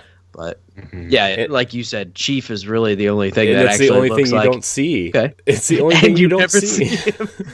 I mean, I guess you'll probably see him in like maybe some cutscenes here and there. But that's the other thing too, right? Is like open world, you're gonna get cutscenes that are really just like, you're not gonna get segmented cutscenes. It's gonna be cutscenes within that environment with the camera pan around it, and then you're gonna have that pilot just like tagging along all the time and awkwardly running all over the place and zigzagging like he's running from an alligator. In 20 minutes, he's gonna die. Like in the first 20 minutes, Oh my and then God, could you imagine? No, actually, his death Corey, animation is just like falls back on his heels. yeah. He actually dies right before the demo part of that. They crash land. He doesn't make it. And all of a sudden, Chief's gone. Yeah. Actually, I think the opposite. I think when he said that he just wanted to go home, it was more literal. I think we're gonna find out those two are a couple. But No. yeah, I'm excited to play another Halo game. Don't get me wrong. I'm sure it'll be fun when we stream it or something, like, with a 2 or 4 person party and just shooting things, because that's always fun in Halo. But just like, to me, Halo's time at the top passed a long time ago, and I still think Gears is the top, like the flagship franchise for Microsoft now at this point. I mean, not that like, But it's still getting stale. what, Gears? Like that. Yeah. Oh, see, I really liked Halo or Gears 5 a lot. But the draw to that stuff is going down. I mean, the thing is at least Microsoft has all these studios, but they're so far out from like their big games. Yeah. But my thing is with Halo Infinite is maybe this is going to be like an offshoot thing as a service, and then maybe they'll get back into the actual story after for just campaign-based things, and Halo Infinite will just be this service that's on the side, right? I think if they were going to do that, they would have went with like an ODST type of setup and not use Chief. Which would have made more sense for a live service game, is you are like a Spartan 4 or whatever, and you go through and do missions with your friends for a live service game, and you keep that'd be actually a lot of fun. Yeah. I'm totally in this is for Microsoft. I know. Well, yeah, I mean, it is possible that this is basically they've made this game just to Make money. Bring him back into the story. Yeah. Like this. It Like just this seems like an odd way to do it, though. Yeah. Well, because they're going balls to the wall with it. Like, we're gonna make this thing. They sucked when they started with Halo Wars, and Halo Wars 2 is okay, and then they're gonna go, okay, cool. Luke doesn't we're gonna listen go to this balls to the wall. podcast. We'll do a story. A lot of people really like Halo Wars. I know. Okay, No, well, you know what? one of our friends who runs an Xbox podcast, like the way people play Call of Duty, he plays Halo Wars. He's like super into it. Really? Yeah. I mean, it's funny. if you're into it, that's great. No, I know. definitely don't think that it was fantastic. It was but, more of a joke. It was. Yeah. I haven't played it, so I have no opinion on it either way. But I think that they'll do this. There'll be a main campaign for it, and then they'll do these offshoot things, and then Master Chief will continue on in another campaign with someone else. Maybe Master Chief moves on. Maybe the pilot becomes Master Chief after. Yeah, maybe. I mean, what if maybe takes on the role? What if John dies and the pilot just climbs into the suit? He's like, "I'm ready." Why is this so big? Yeah. Why do I really want that live service game where you're a Spartan 4 now? Like, that's awesome. I mean, that's what I Like- that's what I assumed was going to happen when they said this was going to be a live service game. I'm like, okay, well, you're going to have a campaign, like a normal kind of campaign with Master Chief, and then they're going to kind of do what they did with Halo 4 that didn't really land, was like that Spartan Ops thing where they had like new weekly set of missions that you could go do with your friends as your multiplayer Spartan, and then you come back and upgrade your Spartan, and then that's it, right? Like, that's what I thought they were going to do, but more of a Destiny light type of way where, okay, well, I found this battle rifle, but this battle rifle has a different scope on it than this battle rifle, so I don't know. That's what I really feel- think. Halo Reach, but live service, essentially. I mean, that'd be I awesome. also feel like making it open world and the way that Halo Infinite is going to be is not an easier entry point for people who have never played a Halo. Mm-hmm. It makes it that much harder, which thus makes it not really a system seller. I mean, that's why people like Halo, is because of its simplicity, right? And it's pretty straightforward. And this is I mean, the bad things. the people who have an Xbox right now and are Halo fans, like Microsoft doesn't really care about that. Like they're going to buy the next Xbox to play Halo, whatever. Yeah. But if you want to gain market share from Sony, and you want to maybe pull people over, I mean, it's probably one of the worst games to do that, because you need to know what the hell is going on. And on top of that, it's outdated in terms of its graphics. typical to what it's usually been, which is always to push the limits of its console. I think the games in the Master Chief Collection honestly look better than Halo 5 I agree. at this point. Like, I mean, not that I mean Halo Reach has flat grass textures and whatever. Like, I get that, but like, even in the Digital Foundry video, I was like, wow, they were showing the 360 version too. They weren't showing the Master Chief Collection version. They were showing the 360 version of the assault rifle, and those textures and that gun looked better than the assault rifle in Halo Infinite. Just from watching that, and I was like, Yeah. I don't know. Like, I'm still excited for Halo, but I'm also really worried about Halo. Yeah. But also wasn't the thing I was most excited for after watching this. So, Jesse, we're going to kind of move along unless somebody else has anything else to say about Halo Infinite. I'm good. Okay. Jesse, this one's for you. There's a world premiere for State of Decay 3. Yeah, and I was pleasantly surprised, to be honest. Yeah. Like, because like my thing is I love I love the State of Decay franchise. Two went a little too heavy on the whole like world building stuff, like building the camp up and all that stuff. I'm not really into those kind of things that much. It wasn't quite as important in the first one. Like, you could just like straight up play that game and not worry about like building up a place for people to, congregate at or whatever. And you could still just have fun playing that game. Like, it didn't really hinder you as much as it does in the second one. Yeah. But with this one, like, from what we had seen, it looks like it could be focusing more on kind of like a solo survival type kind of thing. Like, because that's kind of what it gave me. Like, the vibes of that trailer is like just this chick out in the woods trying to survive by herself, scaring off the wolves.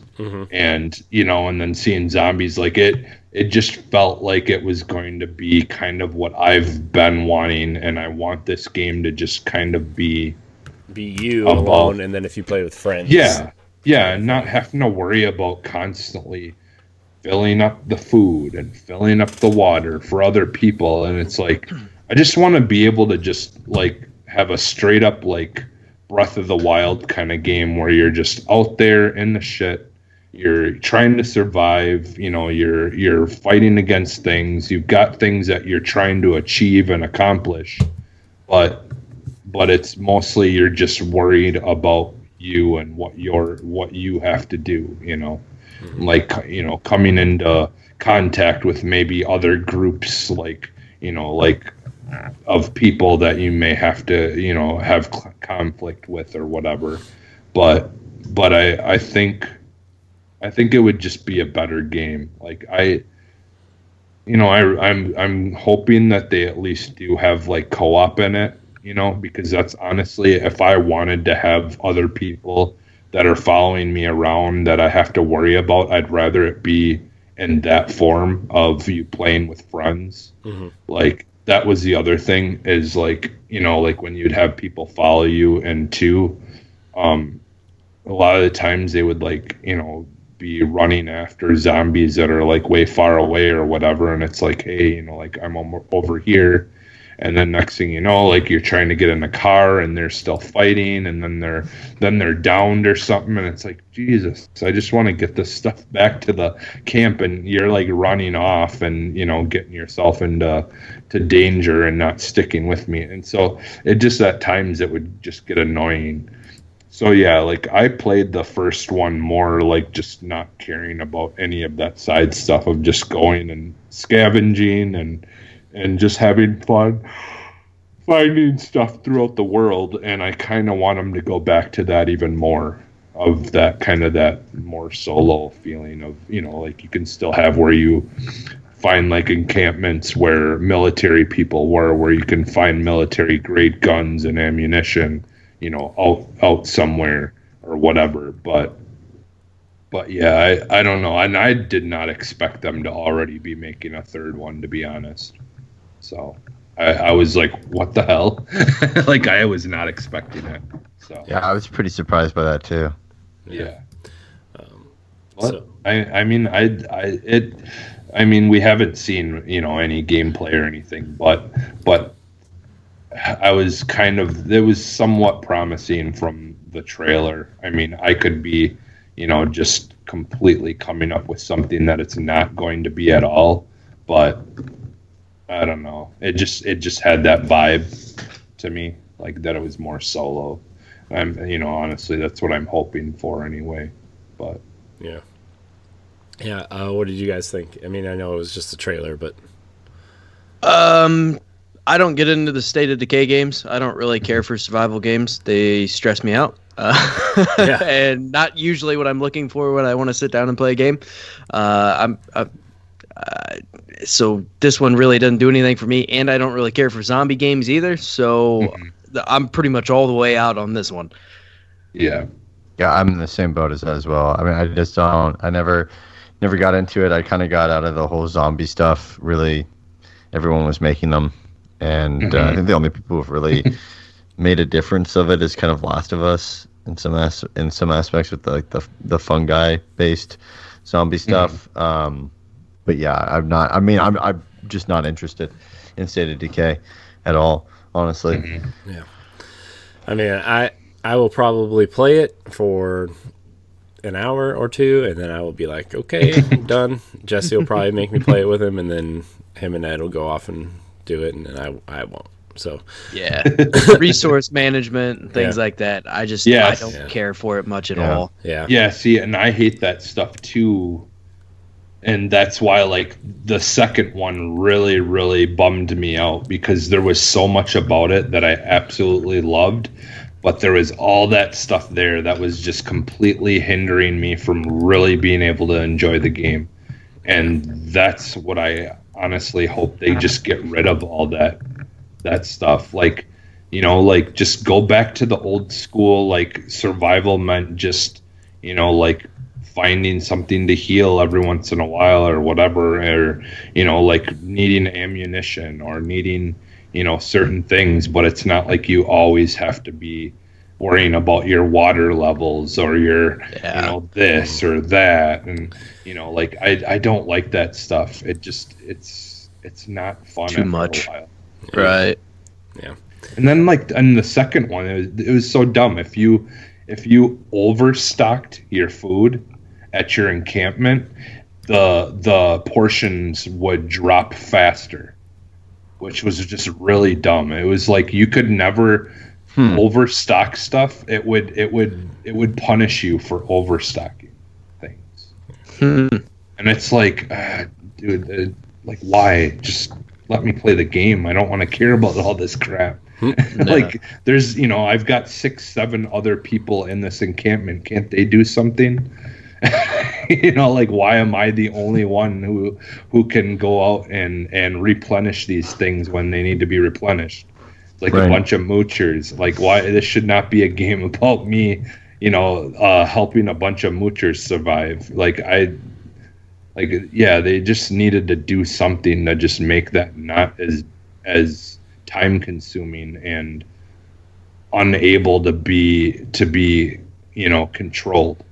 Like, it was always, you were always needing to find something, and it got to be annoying pretty quick. So yeah, I just hope they get rid of all that stuff and just either, ease on it a little bit and just make it not, pretty light of a thing or something. But yeah, so we'll see, I guess. Yeah. Well, then Phil Spencer came on and talked about, Xbox Game Studios, Game Pass, cross-gen titles, all that stuff. To be honest, I wasn't really listening. I was just waiting for the next thing. And then they showed P3. Yeah. I mean, don't get me wrong. I love when Phil Spencer talks, but it was all kind of stuff that we have heard before. Yeah, really. it was useless Yeah, point so- to talk on. Yeah. I think the problem is there's too many people though who aren't listening and they're just spewing all this crap, and it's like they have to keep on like telling people because people just refuse to listen or whatever. Yeah. And like people are just going off and making their own assumptions, and they're just kind of annoyed right now. Like especially Phil has been pretty annoyed. Yeah. Like it's funny seeing him like kind of upset. Like Yeah. for a change, it's something that he doesn't seem to normally be. Yeah, I mean, but for somebody in a team that's worked so hard to turn around the ship of the Xbox brand, right? Like, to hear stuff like that, like the Xbox One holding back Series X games, which, I mean, to be honest, Halo Infinite kind of people are worried about that, but you know, I just looked at the comparison images on that, and yeah, you're totally right. What for the AR? Oh yeah.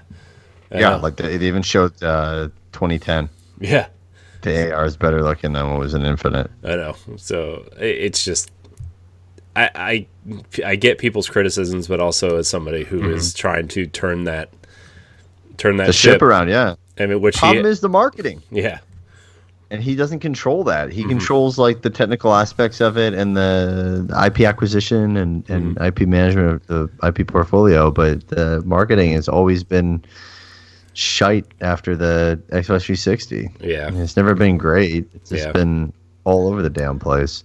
Yeah. So he's probably just pissed. He's gonna leave. I bet you he leaves after this launches. I would really be sad if he did, but I also a lot of executives leave after the launch of a console, right? I mean, Reggie left, right? Sean Layden, who knows what happened to him, but with the PlayStation 5 launching, he's gone. You know what I mean? They killed him. Yeah, he's actually buried in one of those PlayStation 3 slide top consoles, buried in the back of PlayStation headquarters. Casket is. You mean the George Foreman grill? Yeah. Yeah, the George Foreman grill. Good God. In a giant boomerang controller. Yeah. Anyways, after Phil Spencer talked, they showed the world premiere for Forza Motorsport, dropping the number. Yeah. Seems to be another live service game. Captured in engine. Captured in engine. It showed some cars turning. Cars. Yeah. Yeah, literally, they just started making this game. They literally just started making this game. Everyone's like... And this is another perfect example of people not listening.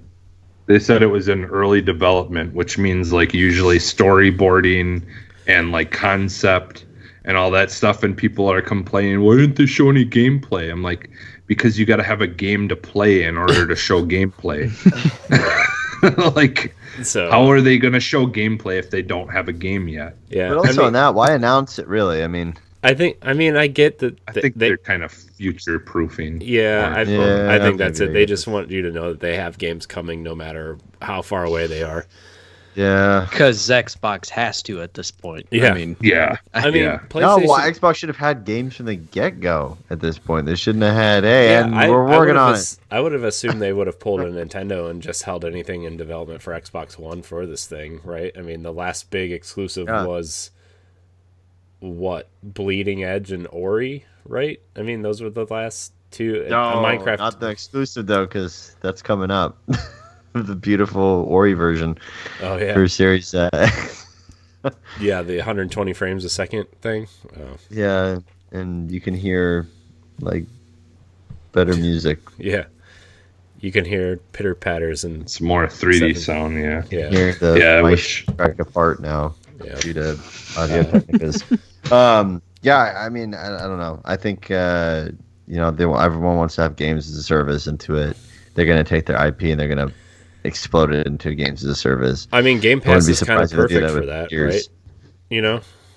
Yeah, no, for sure. I mean, you have your it's not free to play. You have a monthly fee, I guess, but that's baked into all the other games. So you already get away from the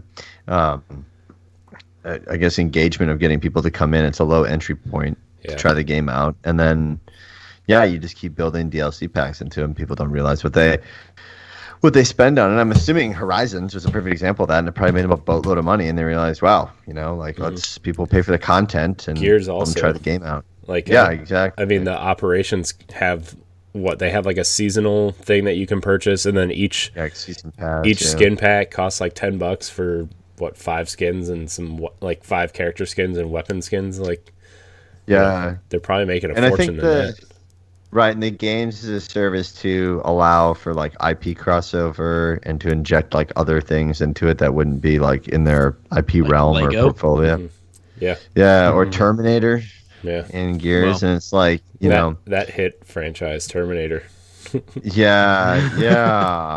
Everybody still loves Terminator. Right? The one that's 30 years old, not the one that's 2. They've got Xbox now as an ecosystem, right? So I think if they turn all their IP into little centralized ecosystems within their big ecosystem, then they'll have people hooked and jumping from IP to IP, and money jumps.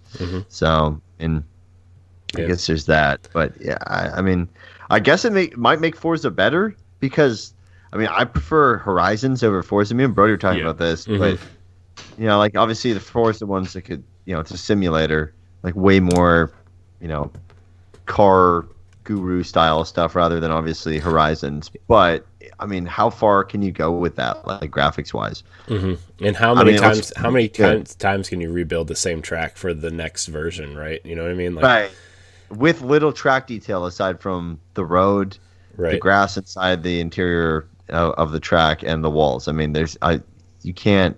I mean, they went into like a car showroom where you can basically just look inside of each car in the interior, right? And that's what we got with the last one, in more in-depth ways, with narration and stuff. But where can you go from there, right? So it's like, I guess you just keep updating cars. Yeah. And then maybe you make party modes out of it. I have no idea. And like you said, Horizon, that it gives you a little bit more leeway because those games take place in different parts of the world. They don't just take place on, we have this track and this track and this track. We gotta shine up that asphalt. I will be completely surprised if they do not turn Horizons into a games as a service. Yeah, I mean, they kind of already did with 4 a little bit, right? I mean, yeah. I mean, that's the direction they're turning, right? Yeah, I mean, even 3 had a lot of that stuff, like the VIP pass and the car pass and everything else that they add to it.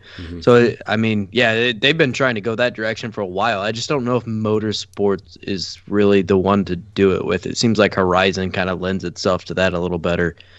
But if you launch motorsport with like a handful of tracks, and then like the staple ones, and then you create these side tracks or side events, and you introduce things to the motorsports. Like it starts off with your classic just supercars and whatnot, and then you start getting into like the rally stuff, and they actually do like a rally expansion pack that has numerous rally tracks and other stuff like that. I mean, I guess then you would take on the dirt side stuff with the simulation. What if they somehow are like able to finally break that barrier with these companies that don't want their cars to be smashed up, and introduces this demolition derby? The other problem with car IP though is it's only good for so many years. So these games pretty much go out of service after so long anyway. Yeah, I mean, so that's why what Forza Horizon 2 isn't available anymore to purchase, right? Because of this, and then they just gave it away for free, I think, at some point, because they you couldn't buy it anymore. So right. So I mean, I don't know if really car games lend themselves very well to this kind of games as service. It does for a couple years, but these licenses are usually only 4 years, maybe. I mean, maybe they just made a better deal with like, okay, we can use these cars in perpetuity, or it's in like in the music stuff, right? Like you could either like integrate a Spotify thing the way that what was the one car game that integrated the Spotify integration into it? Like you could do that for your music. I think it was Horizon 3. I think Horizon 3 had what is Microsoft's? They had Groove. Yeah. Groove. Yeah, I think Mixer. For like contract stuff, I mean, you would just change your contractual obligation. That you would go from just like a standard license model of getting the copyright and the trademark and the insignias, to going to like a royalty based initiative where basically you just be like, hey, we're gonna put the Ferrari 360 in the game, and basically, you'd make individual deals and say Ferrari gets, 10% of each sale of the Ferrari 360, car that people purchase in the game. Because I think that's how it's going to go. It's not going to be a, it's going to go to Game Pass, right? Yeah. Well, yeah. It's not going to be like you jump in there and there's like 150, 200 cars that you can like mess around with. I think it's going to be like you get like 10 cars. Mm-hmm. And then I think it's going to be, even though it sounds more like Horizon, then it goes into like you doing races, you get points, you can spend them on cars, or you can buy cars with cash. Mm-hmm. And then you just buy them as you go along because, again, it's $10 to enter the game essentially through Game Pass. Yeah. Yeah. So I don't think, I don't think you'll see it be sold for a $60 game.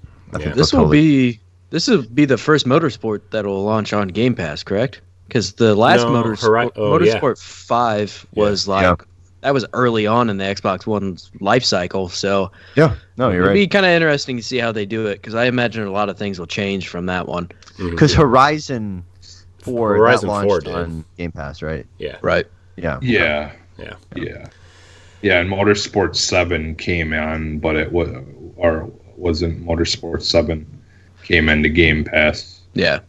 Later on. Is it in Game Pass? Yeah. It did come, later. Yeah. Yeah, it's in there. All right, so after this short Forza teaser, we spent a lot more time on Forza than I expected. Fortnite IP. That's like they're one of their top tiers. I know. It's probably like their best IP, most consistent at least. I would say They showed Everwild from Rare, which they previously announced, but they gave us more of a overview of it. It looks really cool. Like it looks like a game I really want to. It was the first thing that was really like, oh man, I want to play that. That looks interesting. Really colorful. Looked like the characters were commanding the animals to do tasks for them. Looks like it's probably going to be 4-player co-op at some point. Then their creative lead, Louise Connor, kind of came on and talked about like how the magic works through the world and it kind of flows through nature, and they just kind of that's how you're going to be able to manipulate things in the world is through this magic. And I want to it was the first game that was like, man, I really want to see more of this. So that's what I said on our show too. I want to see what the gameplay actually looks like because the world they've created looks gorgeous, but I want to see what the gameplay looks like and how the world unfolds. I assume it's going to be like an open world type of thing, but I'm curious to see what they do with it. Yeah. So Everwild looks cool. I'm actually quite interested in that. Have either of you guys played Sea of Thieves? No. What? Ashen? Have you played Ashen at all? A little bit. Okay. I didn't really care for it, but yeah, like I could see it being something similar to that, but looking more around like dealing more with like more magic based stuff versus melee type stuff. Like I could see it being something like because I liked Ashen, but like I think like like their world though definitely looked better. Like the Ashen, like I wasn't a fan of the art style of that game. Yeah, but at the same time, like it did what I needed it to do. But yeah, like a Rare world, like Rare is really good at world building. I feel like so like I think I would definitely want to see more of this, but I'm a little bit more hopeful about this game I think than if it had been any other studio than Rare. I don't know if I would totally agree. Totally agree on that. Yeah. Like I welcome the fact that it looks like it's kind of the same art style as Sea of Thieves, more like Breath of the Wild tone too, which is kind of cool. Yeah. But yeah, it's nice to see them branch out from a Sea of Thieves because I think that team has a lot more talent than what Sea of Thieves was. I think Microsoft just kind of wanted a Battle Royale-esque kind of multiplayer online fighting kind of game, and they produced it for them. And at the start was a little rough, but it's definitely gained its fans now. But yeah, Rare's a great team. I mean, it'd be cool to see this game, and I'm with you too, Corey. Where it's probably the first one in the showcase that I was like, oh yeah, I definitely, I want to play that game. I want to check that out. Because Forza, when they first mentioned it, I'm like, oh great, awesome, and then they're like, to your point, Jesse, it's like, wow, well, not just even that. I mean, I would be down for that, but it's just like it's so far out. I mean, like it's probably 3 years out. I mean, even the Fable tease at the end, like I'm excited for Fable, but I'm like, what is there to be excited for? I saw a fairy get eaten by a frog and then a city. When they show me more, like I'll be way more excited. I can't get excited for like teaser trailers. I can, but like, well, video game land has abused it, where they show a teaser trailer and then. Like, unlike movies where we get a teaser trailer and then typically, like, a couple months later, we actually get a legitimate official trailer of the movie and then the movie comes out next year. Video games, like, abuse this power for, like, a lot of AAA studios in my mind. And it's been like, we're showing you something and we'll give no date. And it'll be, like, 4 years from now that we finally get it. And we go, oh, man, remember that official trailer 3 years ago? Yeah. Or teaser trailer 3 years ago. So I'm right there with you as well. It's like, whatever. I mean, show me gameplay or I'm not getting that hyped about it. Yeah. Yeah. Well, speaking of like getting hyped and then totally let down. So like that first year when Switch was about to be released, they had the big E3 where they were just showing a ton of games, and there was one that the name of it evades me right now, but. There is this one that they had where it was like a boy with his little Boston Terrier dog, and they're running around and doing stuff and going through the caves. And like you go online, and there was a massive amount of people that are like, I want this game, I want this game, I want this game. Well, I did digging. The game hadn't even been okayed yet. It was all concept. Some dude who was behind writing, it was all nothing more than a way to get people to buy his novels that this game would be based off of. If once they were done, then he would look into trying to get a game made. So it was all completely made for that, just for basically no game that exists yet. It was all just like basically marketing for his book, his like trilogy, that he said after that the trilogy released that he was going to try to look into getting this game made. And I was so mad because I was one of those people that really wanted that game, and to find out that it doesn't even exist. And as far as we knew at that point, it probably won't ever exist. And all was just to sell books. I was so mad. I think one of the best examples of that is the Metroid Prime 4. Oh my God! Yeah. They show it off 2 years later, basically throw it in the trash can and start over, and here we are. Yeah. So yeah, I mean, gaming companies have been notorious for that. Like, hey, this is a thing that we thought of, and it might come out sometime this decade. We'll see. Right. Yeah. Well, speaking of a game that's coming out in August, Tell Me Why was shown off from Don't Nod. It's the Life is Strange studio. They're doing a new episodic game about a person that's going through a transition, and it's a transgender story. So that first episode is dropping in August. I don't know. I kind of like what Don't Nod's doing. I really haven't touched a lot of their stuff really, but I like their episodic stuff. I think that they're filling a space that is not very, since Telltale is kind of gone, I guess. They're kind of filling that space with their games. So I think this looks interesting. I know my wife will probably play it with me, which is like one of the few games my wife will probably try to play with me. So they showed that off. Moon Studios showed off their 120 frames a second version of Ori, which is cool, I guess. Sure. Boosted immersion and sound was the big bullet point in that speech. So cool. And then, Honestly, I like if the audio and all that stuff, like a next generation, is done well, like it's going to be feel like a different experience. Like just like dabbling a little bit in Dolby Atmos and stuff, and like listening to things through that, with headphones and everything. It is nice that you can literally buy, only have to spend $50 on a somewhat decent pair of headphones and get the same thing that you would experience if you're in a 7.1 surround sound theater or whatever, like that. You can have that same exact thing and just something you wear over your ears.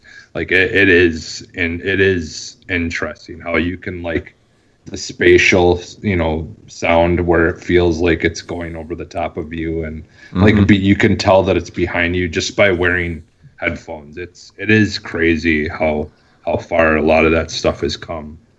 And like, I'm all for that and that immersion in games, because that once they can truly, like, really make it feel like people you can tell exactly where things are happening without having to look behind you and stuff like that, then that truly will be an amazing step forward for immersion and stuff.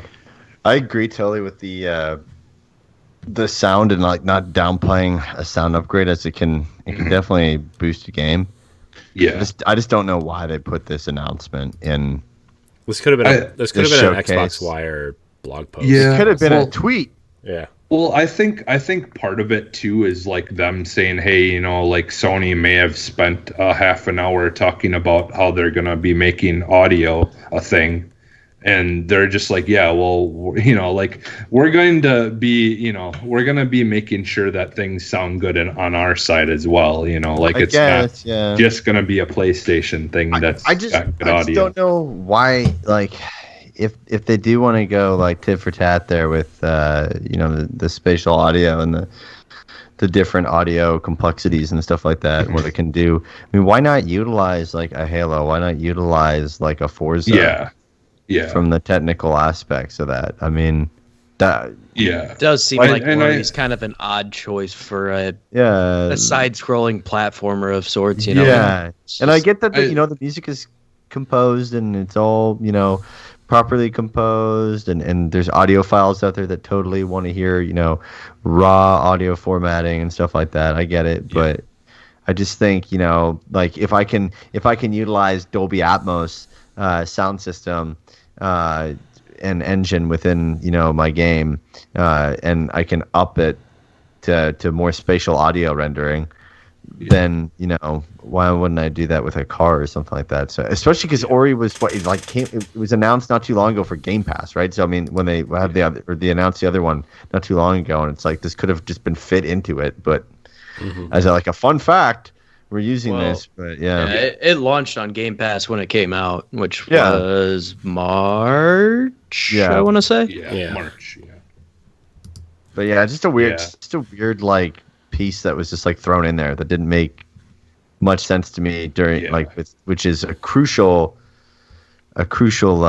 showcase event, and you kind of took up real estate with something that like I just don't know if it really fit. Yeah. Well, I mean, that's the thing though too, is it's such a niche thing, like, not everyone's gonna care about that, but like you said, like it is kind of weird that they, out of all the games, they pick that one to kind of talk about it, like, and I mean, who knows, it could sound amazing and phenomenal. It could sound like you're in like a rainforest or something when you're running. The thing is, though, is you're not going to notice it though unless you have a Dolby Atmos or a 7.1 or 5.1 surround sound system that's going to be able to use or headphones, spatial audio engine.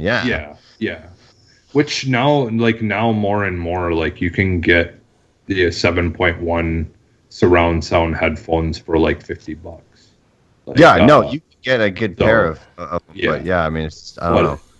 I think the thing is though too is, like this is something they're gonna have to. I mean, they can't not do this, but they're basically, the next Xbox is going to have to be able to support either the USB headphones, or they're gonna have to have the headphone jack support 7.1, because right now you can't do spatial audio on Xbox unless you buy the Dolby Atmos upgrade, which I had it for free, so I have it, but yeah, I mean that's the only thing that now they're doing all these upgrades, and they're doing all these upgrades to things, but unfortunately a lot of that stuff you still can't get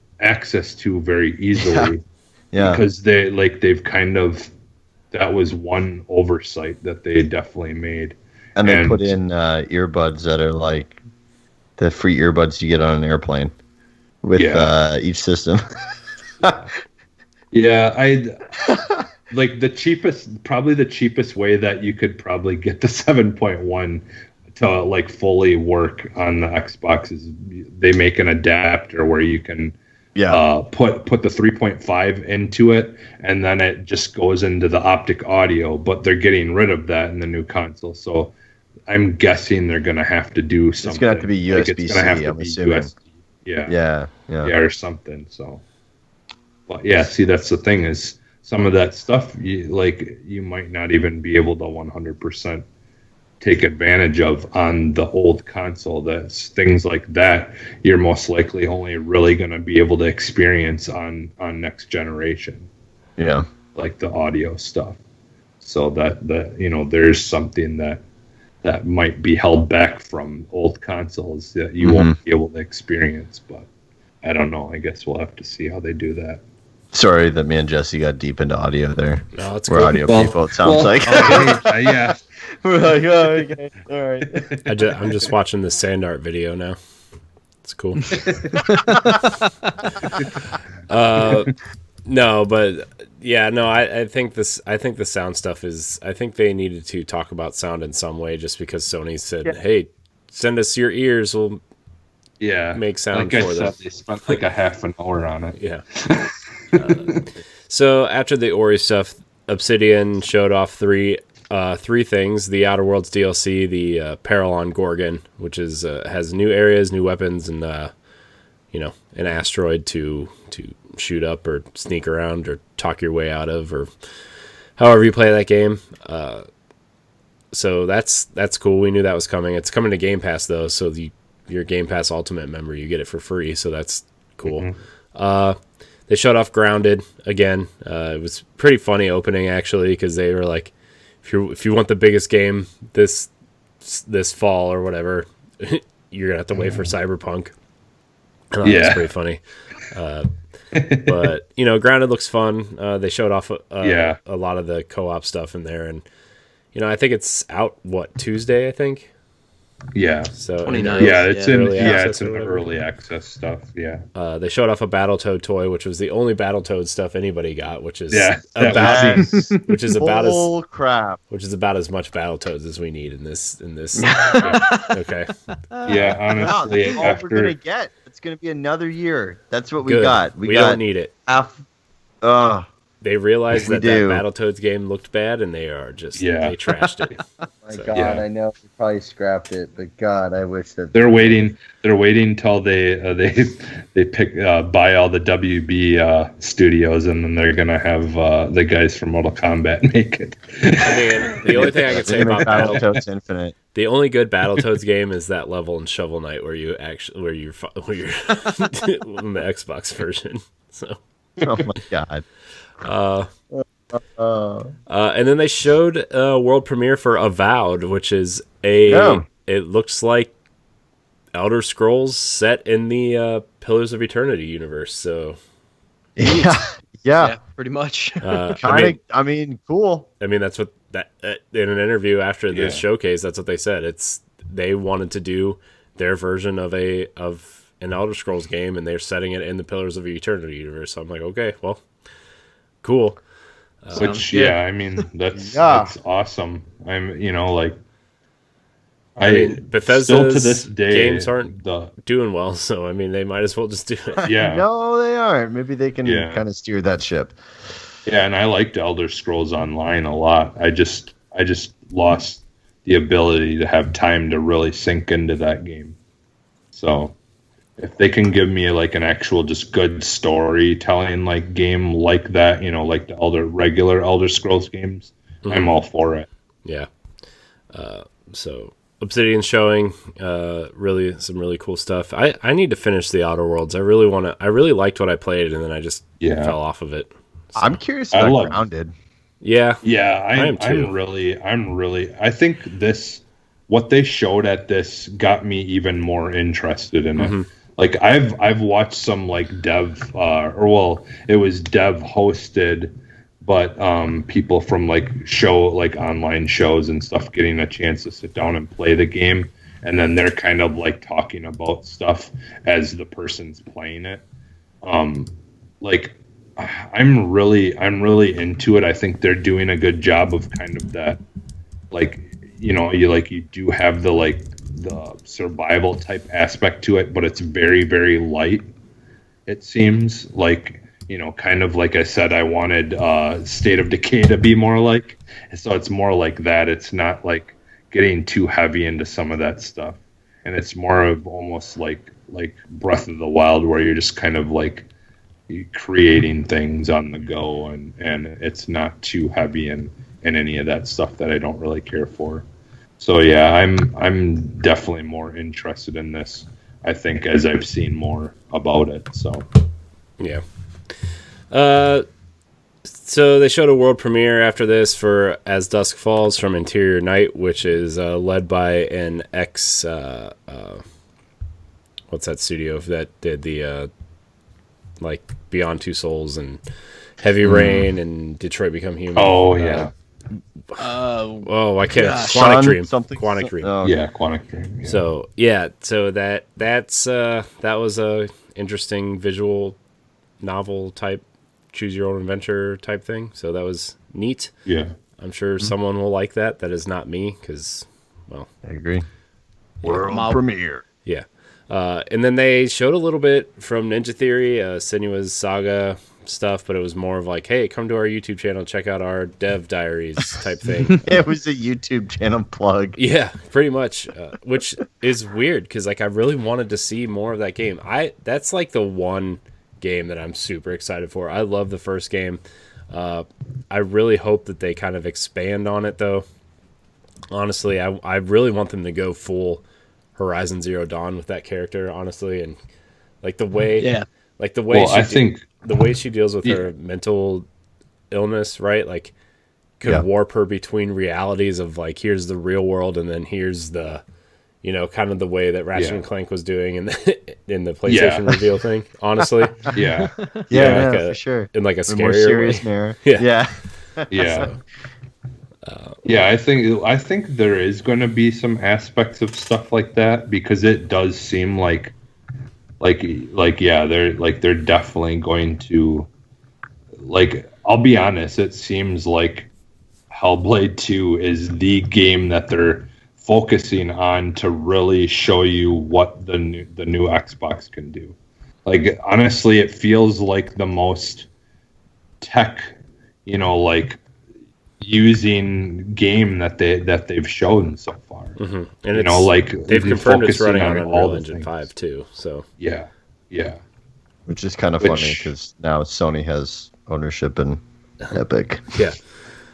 Well, I have a theory behind that, and I think that's because they're the way that they the way the Xbox is doing the whole the ray tracing, where they actually stuck a whole bunch of cores just to power that, whereas Sony is going to be pulling from all the cores that run everything else.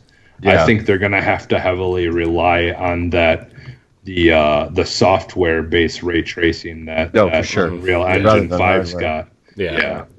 So I think that's why they had to stick money in it, because they realized that they're not going to be able to offer that as well as people would like. Isn't that on crazy, on though? a hardware. What did they put into them? Like $250 million, and they only own 1.4% of the company now. Yeah. It's so Yeah. so stupid. Well, they do it to test the waters. You're gonna buy more of it probably as it goes on. Yeah. Plus, it Yeah. depends on like what their studios are working on now that are actually going to utilize Unreal, right? Like, I mean, Naughty Dog- No, I mean you can basically give that money and then you don't have to give the royalty, right? And your Yeah. R&D work for an engine is done. Yeah. Yeah. I mean, Yeah. besides Naughty Dog's engine and then the Horizon engine, the Decima engine, like, is Sony going to start using Unreal? You know, so Oh, for sure. Because I think Sony, Days Gone was used kinda it like for sure. yeah, because I think Sony for the most part up until even maybe PS4 is where they branched off, but they were more like Nintendo, where they built like a new engine for each game. Yeah. 'Cause Nintendo rebuilt, like they don't use the same Mario Kart engine. Yeah. They literally just make a whole new engine I know. Yeah. for the game. And I think they did that too. They did that for the new Forza that we're getting. I think there's something more to why we haven't gotten, like, they haven't gotten very far on it, because it's been 3 years since the last one, and that's a lot of the time how long it takes to make a really good completely new engine for something, you know, especially for new hardware. Because that's my theory, is that they took the time to make a new engine based around the new hardware, and that's why they haven't gotten anywhere on the game yet. It's because they're like trying to build something for the more future now from this. They've also been supporting Forza Horizon 4 and making Fable. So I mean, it's a big studio, but I imagine that's a lot of their resources right now. Yeah, and I read that they're actually making a super group of people to work on this next one. They pulled people from Grand Theft Auto and from Red Dead to pull over into their team to help them make this next Forza game, which is really interesting. But they're like making a super group of people who've worked on like high-end, really big open world games. I mean, the initiative is doing that interesting, too, right? Like, I mean, they're pulling from all kinds of places too, like Sony Santa Monica and Crystal Dynamics and Rockstar. Like I wouldn't be surprised if Microsoft comes out with something similar to Epic Games, where they make an engine that's free to use, but you pay royalties. Yeah. I mean, they have like they own GitHub, so you have the whole repository system in it. I mean, they own, Visual Studio, everything. So you have Visual Studio integration right inside of the engine, and I mean, you just put the R&D towards it. The thing is, what really sucks for the developers too of it, but had Xbox One not been such a failure at launch, like this whole Dreams game that PlayStation has, they had Project be Spark, the second one to come out.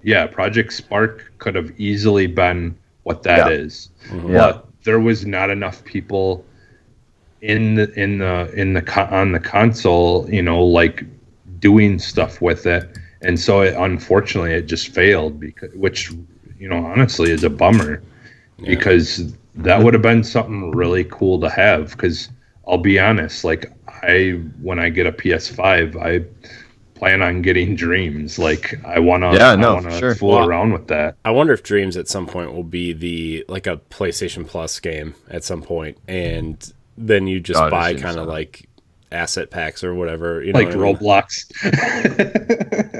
Honestly, Roblox is basically that. People make games inside of it, and then you have to buy crap. You just buy asset packs like you would from like ArtStation or something like that. You're saying, Corey, pretty much you just put the models into the game and try it out. Yeah, I could see that, and people could basically make those models in Dreams and then sell them on the Dreams Workshop or whatever they're going to call it, just like people are making games and selling them, right? So yeah. Yeah, that'd be brilliant. Yeah, it would be cool.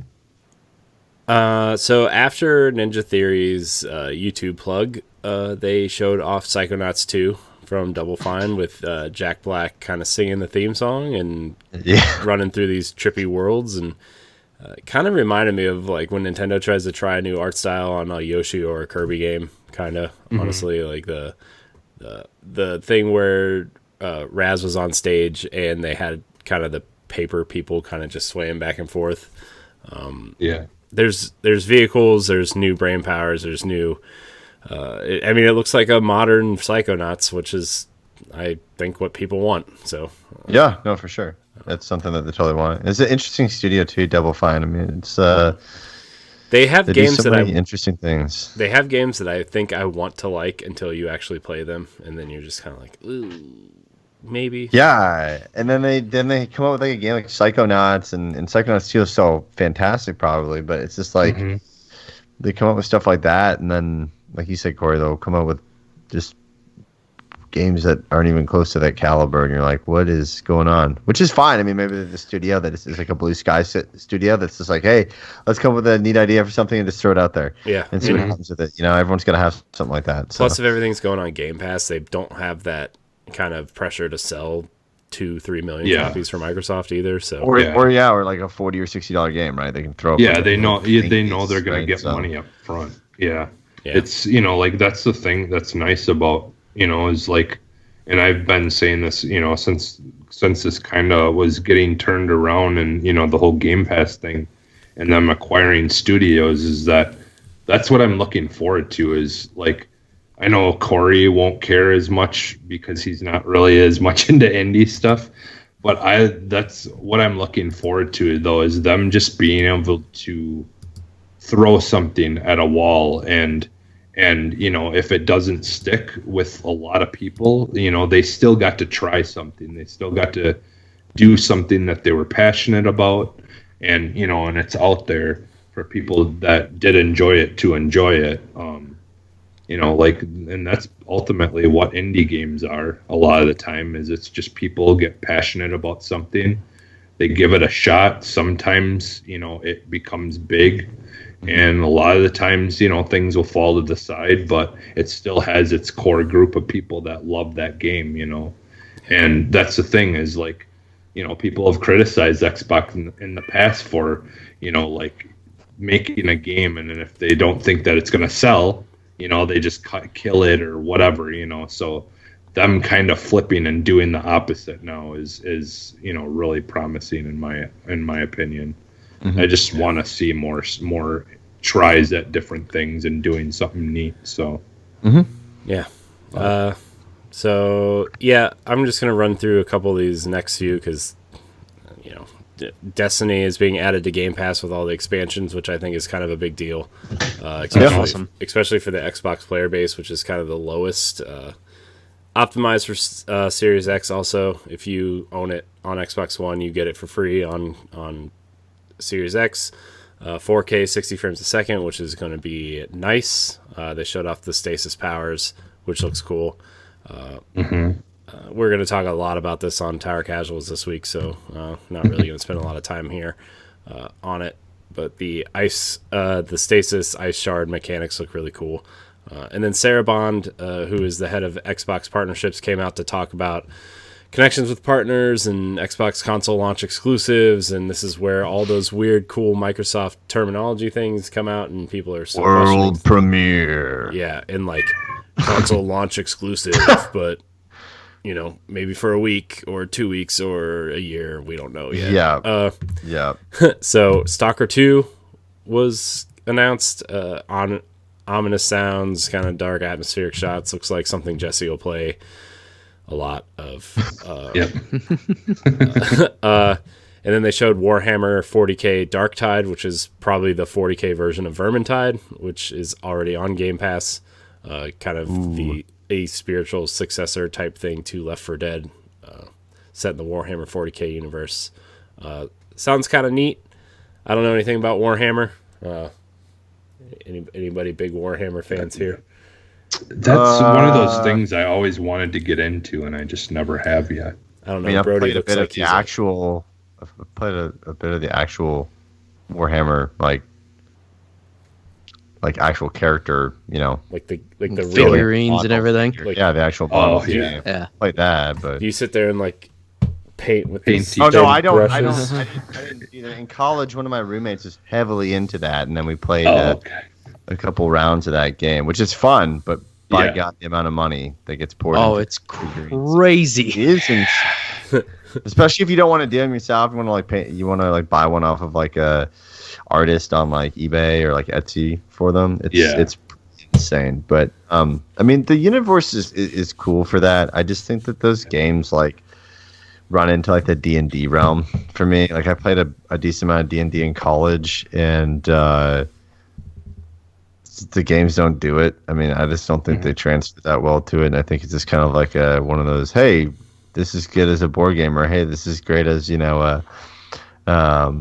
also a board game, but why don't we make it into a video game? I don't know. I've tried to play some of those games. I just don't get it. They're just trying to turn the IP into a video game. So I don't know. But people like them. I mean, some people really enjoy them. Honestly, I think the game that's come the closest to bringing that kind of game into an actual video game is the Divinity Original Sin 2. Like like how they have it where you can just kind of like you can like make up things and things happen, and like almost like the kind of somewhat like was it Scribble Knots or whatever, where you like you type in if you want. You type in stuff and like it would appear, and like like they've almost taken an element of that and brought it into a game similar, and that kind of aspect. I think that game did a really good job of almost bringing that kind of using your imagination part of the actual game and letting you be able to kind of do that in the video game. But because that's the thing is D&D is all about like thinking of things and trying to do things versus like just for sure doing it on a screen. They have it set, like these are the things you can do kind of level. Yeah. So. And then they showed off a Tetris Effect Connected, which I'm really excited for. Maybe not the multiplayer stuff, but I will be playing a lot of Tetris Effect. I still play Puyo Puyo Tetris nightly on my Switch before I go to bed, like 1 or 2 You rounds. played Tetris 99 or no? I did for a while, and I came in second place like 35 times, and I'm like, I can't. I'd quit. Ooh. So I don't think I've made it any higher than 8. Oh. Yeah, I've made it to second place probably, not joking, probably 30 times, and I've never won. So, it's just another battle royale that eludes that victory. Yeah. Right. You got beat by some like 6-year-old. It's so funny though. They announced Tetris Effect Connected on it last week. It was on sale on PlayStation. I almost bought it, and I was like, God. I was like, no, I'm gonna wait. Some sort of new Tetris game will come to Switch at some point, and now Tetris Effect is. I'm so glad I didn't buy it. So, I'm not sure how much of the multiplayer stuff I'll play, but I will definitely be playing some single player Tetris Effect with my headphones on. So Sweet.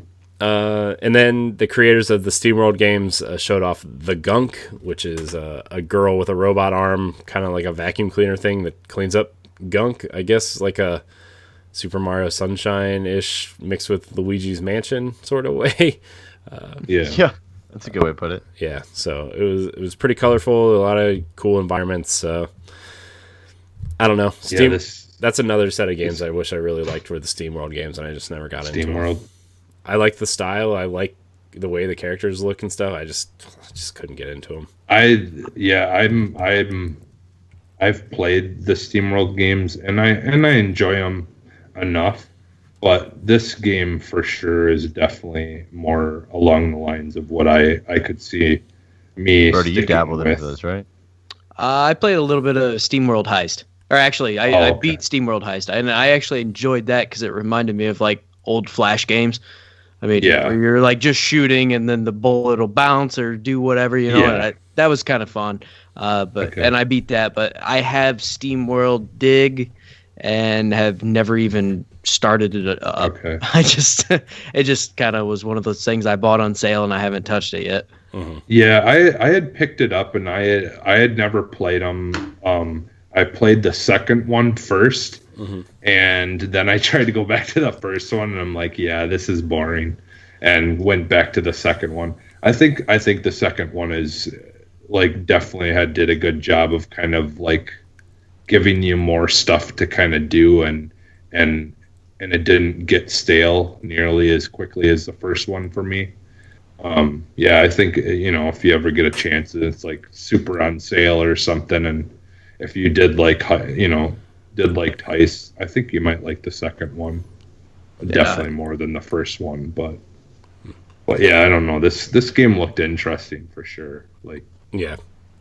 And then the medium was shown off from Bloober Team. This definitely looks like another game Jesse will be playing. This is like my most anticipated game, honestly, that we've been seeing parts of since the beginning of kind of the revealing stuff that's coming out for Xbox. Yeah, the dual environment thing that they kept showing off looked really neat. I don't know if it's kind of like a way out, but single player type thing where maybe you're playing the same environment and it's showing both environments, or maybe you warp to each environment through special portals or whatever.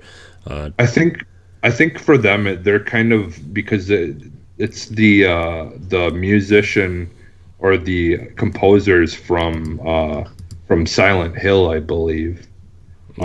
So I think they're actually like definitely going for like their version of the Silent Hill game. Yeah. Like where it's, like you've got this dark world and kind of pulled into the real world kind of thing going on. Mm-hmm. Yeah. So yeah, I cannot wait to play this game. Yeah. Looks neat. I will definitely wait for your thoughts on that game, Jesse. Excited to see what you say about it. Yeah. Or hear what you say about it. Yeah. And then they showed off new Genesis for PSO, Phantasy Star Online. Cool. Guess great. I don't know. I have no idea what any of that stuff was happening. So good. Hope Phantasy Star Online. I dipped into that game a little bit, and if it wasn't for the really confusing menu system and everything else going on there, it would probably be a lot of fun. But yeah, yeah. But it's tough to get into. Do you really need PSO if you're playing Final Fantasy 14? Nope. No. Certainly not. I'm sure there's a lot of people though out there that would say otherwise. No, I think like I had talked with Ed, like I think this honestly, like this was just, I think them, like Microsoft trying to bring it to more people. Like people had wanted it on console for like so long, and I think this is actually just the start of them. I think we're gonna actually get an announcement for a new one. I mean, I guess with like Eventually. keyboard and mouse support makes sense, but I don't know why you'd want to play that with. Yeah. I mean, Controller really to the God. big thing was just to even get it in the West, period. I'm Yeah, waiting for that that's Dreamcast the controller thing. support. And I'll play it. No, Bring yeah. it to PC. Yeah. Which it's supposed to be coming at some point. At some No. point. But yeah, I agree with you guys. It's just I think it's one of those things where Microsoft they're trying to rebuild that Japanese relationship, which seems like they've been trying to do for 15 years at this point. But Yeah. I mean, the Dragon Quest announcement at the pre-show was pretty big news. I think It's a big deal. the Final Fantasy games coming to Game Pass is a big deal. All the Kingdom Hearts games are on. Yakuza, Yeah, all the Yakuza. Yakuza games. Yeah. Yeah. It's just amazing to me though that they even really like, I don't really mean, but like try for the Japanese market, I know. because their market share on Xbox is like 1% Yeah. Yeah. I mean, of Xboxes are in Japan. if I was them, I would just double down in your home territory and Europe Right. at this point, and Yeah, and just try Well, to I mean- get maybe Japan to look at it and be like, oh wow, maybe I want to play some of those more Western or European games instead. Well, and honestly, on the Xbox. doesn't even PS4, like their biggest sales are in the UK. They're not even as big in Japan themselves either. Yeah. Like they sell, like they're their second biggest, I Japan's think, share. But big on PC. and Yeah. and Big mobile on stuff. PC. yeah, And mobile. Right, stuff. and That's why mobile. the Switch is doing so Yeah. well. over there. And pirating. Yeah. Hence why, I can't sell consoles because it's pirate games on PC. Right. So the next thing they showed was the only thing that will not be available on Game Pass, which is the Crossfire X campaign from Remedy. Which was interesting. Remedy is doing the campaign for this, what kind of looked like a generic military shooter at first, but as you get further and further into the trailer, it looked like there was some either supernatural abilities or some future tech stuff going on that looked pretty interesting. Had some really good lighting effects that I noticed, and people are calling you the Ghost because of your invisibility ability, I guess. I think that's some sort of future tech. I don't think it's supernatural, but for those who don't know, Crossfire X is one of the biggest free-to-play first-person shooters in the world. It's really big in China and the Asian markets. So I don't know. I think Remedy could do a cool job with a campaign, but that's like the part I'm interested in. I'm not interested in the multiplayer stuff. Yeah, me neither. And that, that's coming from someone who loves multiplayer. Call of Duty style games. But I've heard that it's very, very outdated, as far as what you can do in the multiplayer for that game. So it would be like taking a couple of years step back from Call of Duty playing that. But that's the thing, though. I think that's why they chose to put someone big like Remedy on the story mode to give it some kind of value here in the US, because that's more of what a lot of people here are looking for, like Call of Duty and stuff like that. There are a lot of people who just play multiplayer, but one of their big drives has always been like a really massive, story with famous actors and stuff in it. So I think also for those games, like those free-to-play games, it's difficult for them to update the free-to-play games. They have to wait a very long time into the console's lifetime to be able to update it, as to not piss off the players that are still playing on Xbox One, because there'll be a lot of people still playing that game on Xbox One before people switch over or play it other ways and other means. So I think that they have to wait so long for that. But yeah, it is great that they're going to put a campaign to it, because a lot of those free-to-play games fortunately do not have very compelling stories or campaigns. They kind of just throw you into things, and then they just kind of hope that they can continually put out these incremental little updates that, hopefully move on. But a lot of them have horrendous starts, in the game. Yeah. And then finally, they showed off the world premiere CG trailer for Fable. I liked it really set the tone for what this game I think is going to be. It was very Fable. The humor was there. The over the top narrator was there. I felt bad for the fairy that got eaten, but that's Fable for you. So and just the way they sat on the camera sat on the frog, and then he swallowed was really funny to me. Just the way they sat on that shot, and then they kind of zoomed out on the Albion, I'm assuming, was very cool. I would have thought they were further along than just to show a CG trailer. I wish they would have shown something else of this. So I don't know. That's just me. I think just because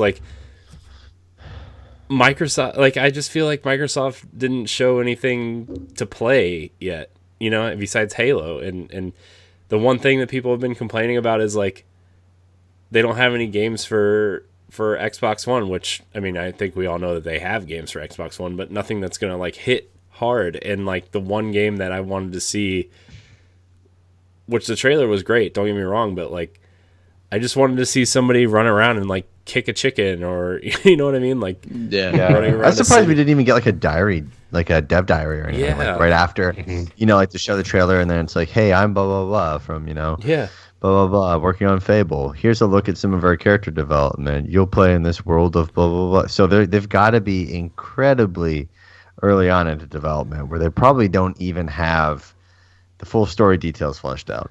Yeah. I think I don't know. I don't know if I entirely agree with that. I think a lot of times when they do these announcement trailers, they are just a very quick announcement trailer. I bet they are a little bit further along than what you would think. I still don't think it's like game ready to ship type of thing, but I think this would be like a late 2021, maybe spring of 2022 game. I think they have a decent base probably going in, but I imagine that at this time they're just doing like, hey, this is an announcement. It's quick, it's short, it's sweet, it's right here tacked on at the end type of thing, just to generate some hype around it and then go on from there. Yeah. Yeah. I mean, But and I still do agree. think we got a, they're gonna, I still do think that we're gonna be getting a show from them, every month until the new Xbox comes out. So I still think there's time that we could be getting more stuff about things, but I don't know about that so much, that game. But I mean, I think if anything, that would deserve its own kind of like almost, like a mini direct kind of thing. Like, For sure. Like Absolutely. Nintendo does, where they just like have one whole episode of inside Xbox on it. yeah, inside Xbox on it and talk about it and go more into detail about it. But Yeah. No, I agree. Like, I know they didn't. I know it was just like the one more thing, but like you said, I wish there would have been like a dev diary type thing at the end. Yeah. Even if it wasn't just like, even if it wasn't gameplay or anything, just like a, talk about it a little bit. Yeah. And the development. Yeah, it would have been nice to have a little bit more info on what's going on with this game, because it's been rumored for like 3 years now. So Yeah. for them to only have the CG trailer, I find that slightly hard to believe, but maybe not. I mean, maybe that is all the further we are. Who knows? I mean, God. yeah. So, but that was the conference. After the show, they did confirm other games that were going to be ready for launch, right? Like the Ubisoft stuff that's coming will be ready at launch. The Ascent will be ready at launch. Gears 5 Smart Delivery will be ready at launch. Forza Horizon, Gears Tactics, which I'm kind of surprised they didn't show in this thing at all, will be ready at launch for Series X. Yeah. It was in one of the montages. Was I don't know. Yeah, it was just very briefly. There was like 2 clips from a I mean, I montage. guess they gave it a lot of real estate before it launched. I mean, I don't know, maybe. Well, maybe- the big deal is bringing it to console. I mean, Yeah. less at this It's a point. great but- game. It's probably my game of the year so far this year, honestly. Oh wow. Yeah, it's really good. If you like tactics games, it's definitely one of the best ones this year, for sure. I just every time, like, because I'm running, I run Windows through Boot Camp on my Mac, so like it doesn't run really correctly. So I really want the console version. But I love it. I love the story. I love just it feels like Gears from a top-down perspective. Honestly, it's really really good. So Madden 21, NBA 2K21, FIFA 21, Avengers, Rainbow Six Siege, Sea of Thieves, Tetris, and the Medium all going to be ready for launch for Series X, pending COVID, whatever stuff. So, but what would you guys grade the Xbox conference overall? I'd probably give it. I don't think it was fully what they had to get fully enticed in the next system, but I think it was fairly solid. I guess I just don't think it was. I think they missed some key points. They should have definitely focused their efforts on. They talked about, hey, we're showing you 9 studios or games from 9 studios, right? Some of those games obviously are like Fable, where it's way out and we have no idea when it's launching, and a couple others as well.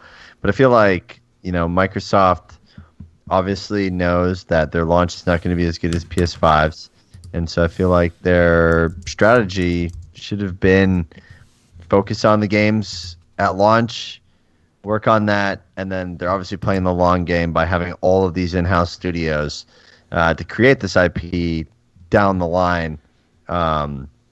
for gamers to enjoy, specifically just on Xbox within the Xbox ecosystem. But to not show any technical capabilities through games, which obviously I know that they said, hey, it's going to be about games. Okay, cool. Show me what the games can do on the system. Because we didn't get that in the one beforehand. We got just a bunch of trailers. And now we got a bunch of mix of announcements and a game that probably should have been more detailed, but they've decided to take a different route with the game as a service, it would seem. And so they kind of fell short on that. And I feel like Sony's going to be able to come out swinging with all of their exclusives and their launch exclusives. Because they have a whole nother, they haven't announced a date for it, right? But they have a whole nother show coming up. And I don't know. I thought it was kind of, in comparison to the Sony one, I thought it wasn't a very smart play strategically on Xbox's part. And no one's going to sit around and say, I'm going to go, pick up a Xbox Series X, and wait around for Fable, especially if you're going to build an ecosystem. It costs money to be in an ecosystem. So, I mean, it's not as easy as an entry as going and picking up a PlayStation 5 and then saying, yeah, cool, I'm going to go pick up God of War, right? I mean, you have to, if you're going to build a true ecosystem, you have to sell people on the entire ecosystem, and that just wasn't there for me. Yeah. For me, I actually think the pacing of this was better than the PlayStation event. I think the PlayStation event, if they had not shown off the console, I think it would have fell pretty flat. I mean, there was some decent games right at the beginning of it, but throughout the middle, it was kind of dull. So I think the pacing of this was actually pretty decent, and I think they actually did a lot of good things here, like talking about things coming to Game Pass and really focusing on the services and the games, rather than really trying to be like, oh, well, this console does this and this and this. I mean, obviously it was a game showcase.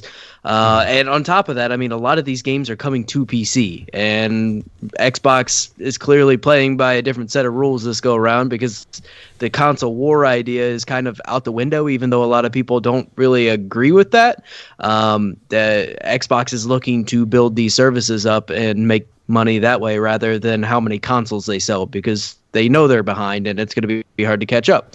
So I think that's really the smart play. And, I mean, Halo Infinite is already listed on Steam right now. So, I mean, things like that are a big deal, especially when the PC community loves Halo. They always have, even though it hasn't really been there. So, I mean, these games coming over to PC is a big deal, and they can make $16 a month per person to play these games on PC.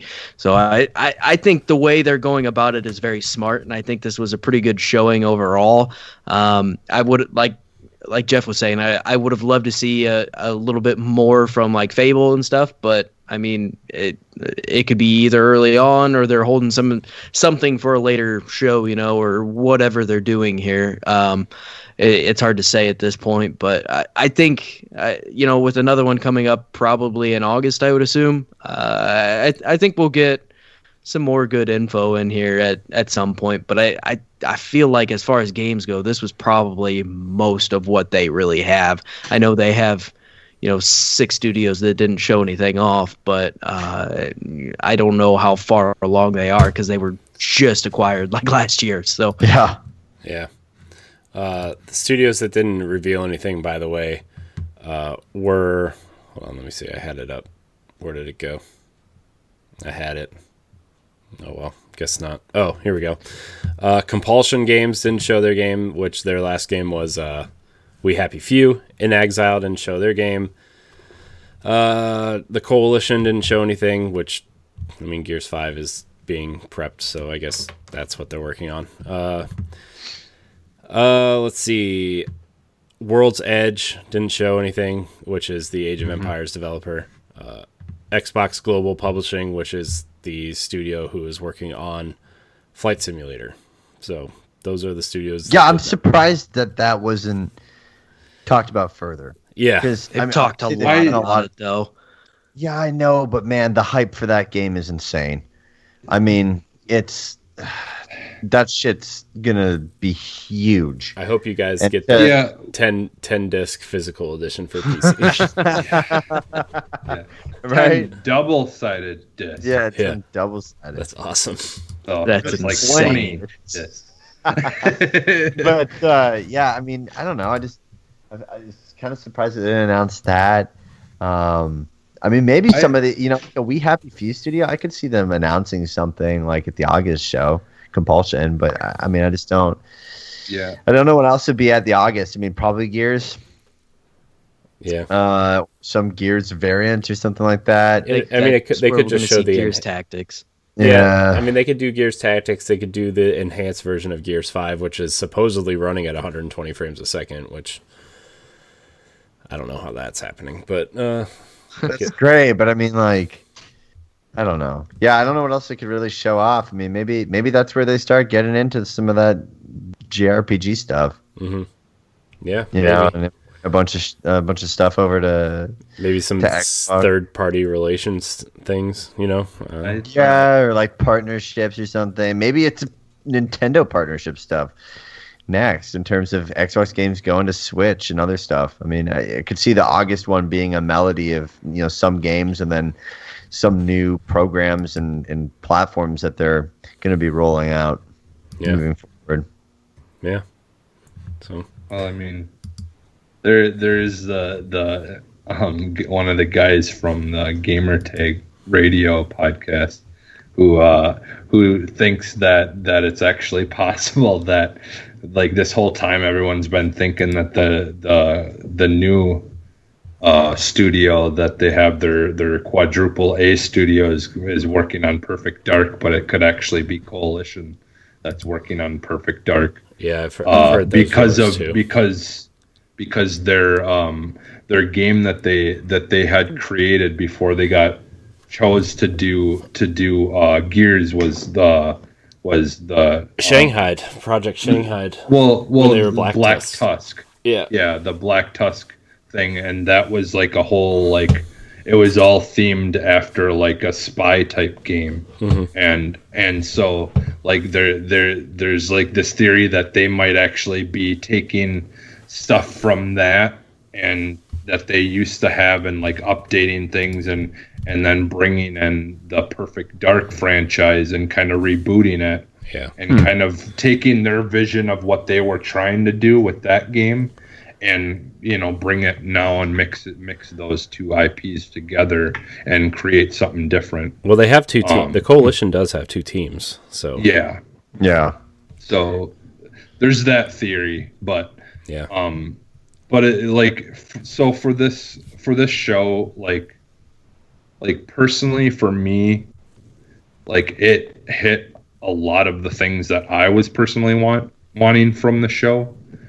And so for me, as someone who's already got an Xbox and already in the ecosystem, like, I thought it was a great show.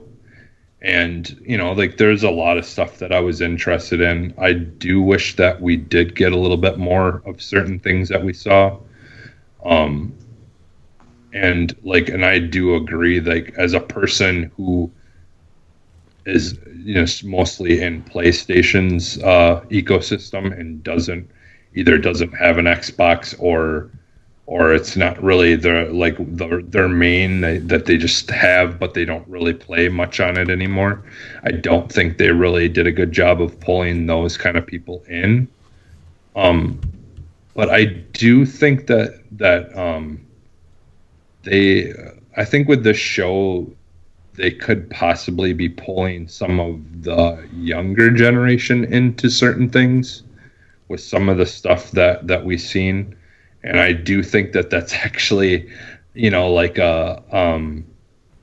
a part of the world that sometimes people forget about, that, like, if you should, like, some of these kids that grew up playing like Roblox or Minecraft or whatever, that are getting older, like, that are, like, just a couple of years ago or whatever, weren't really old enough to play certain things, but now are. Like, I think they did a good job of, like, bringing some of those younger people that have grown up a little bit, like some stuff that they would be interested in that's maybe, or like a step up from Minecraft, even like, like my son is getting a little bit older now, and I think he would probably enjoy playing, stuff like Grounded and all that.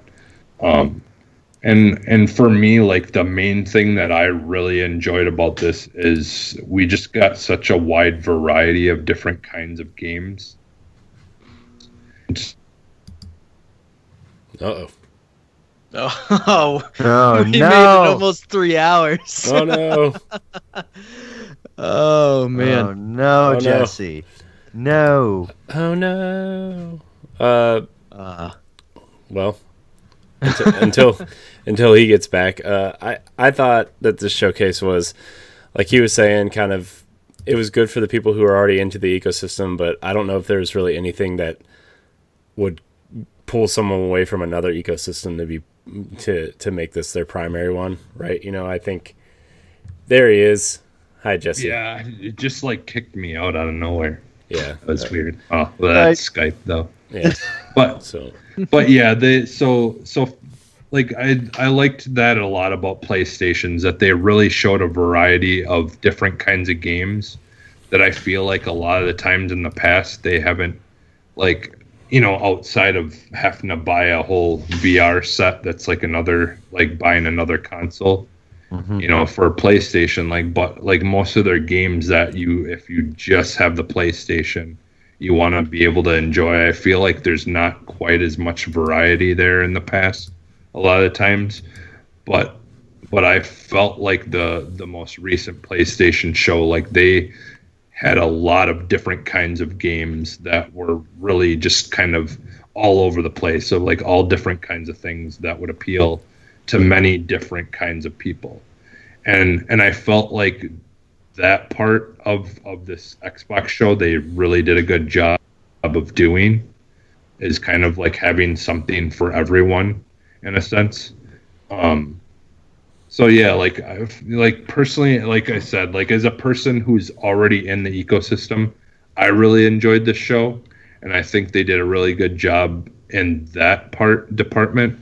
But like you guys said, like if you're someone who's not really as interested in the Xbox, I don't think it did a whole lot of good trying to make those people more interested in it.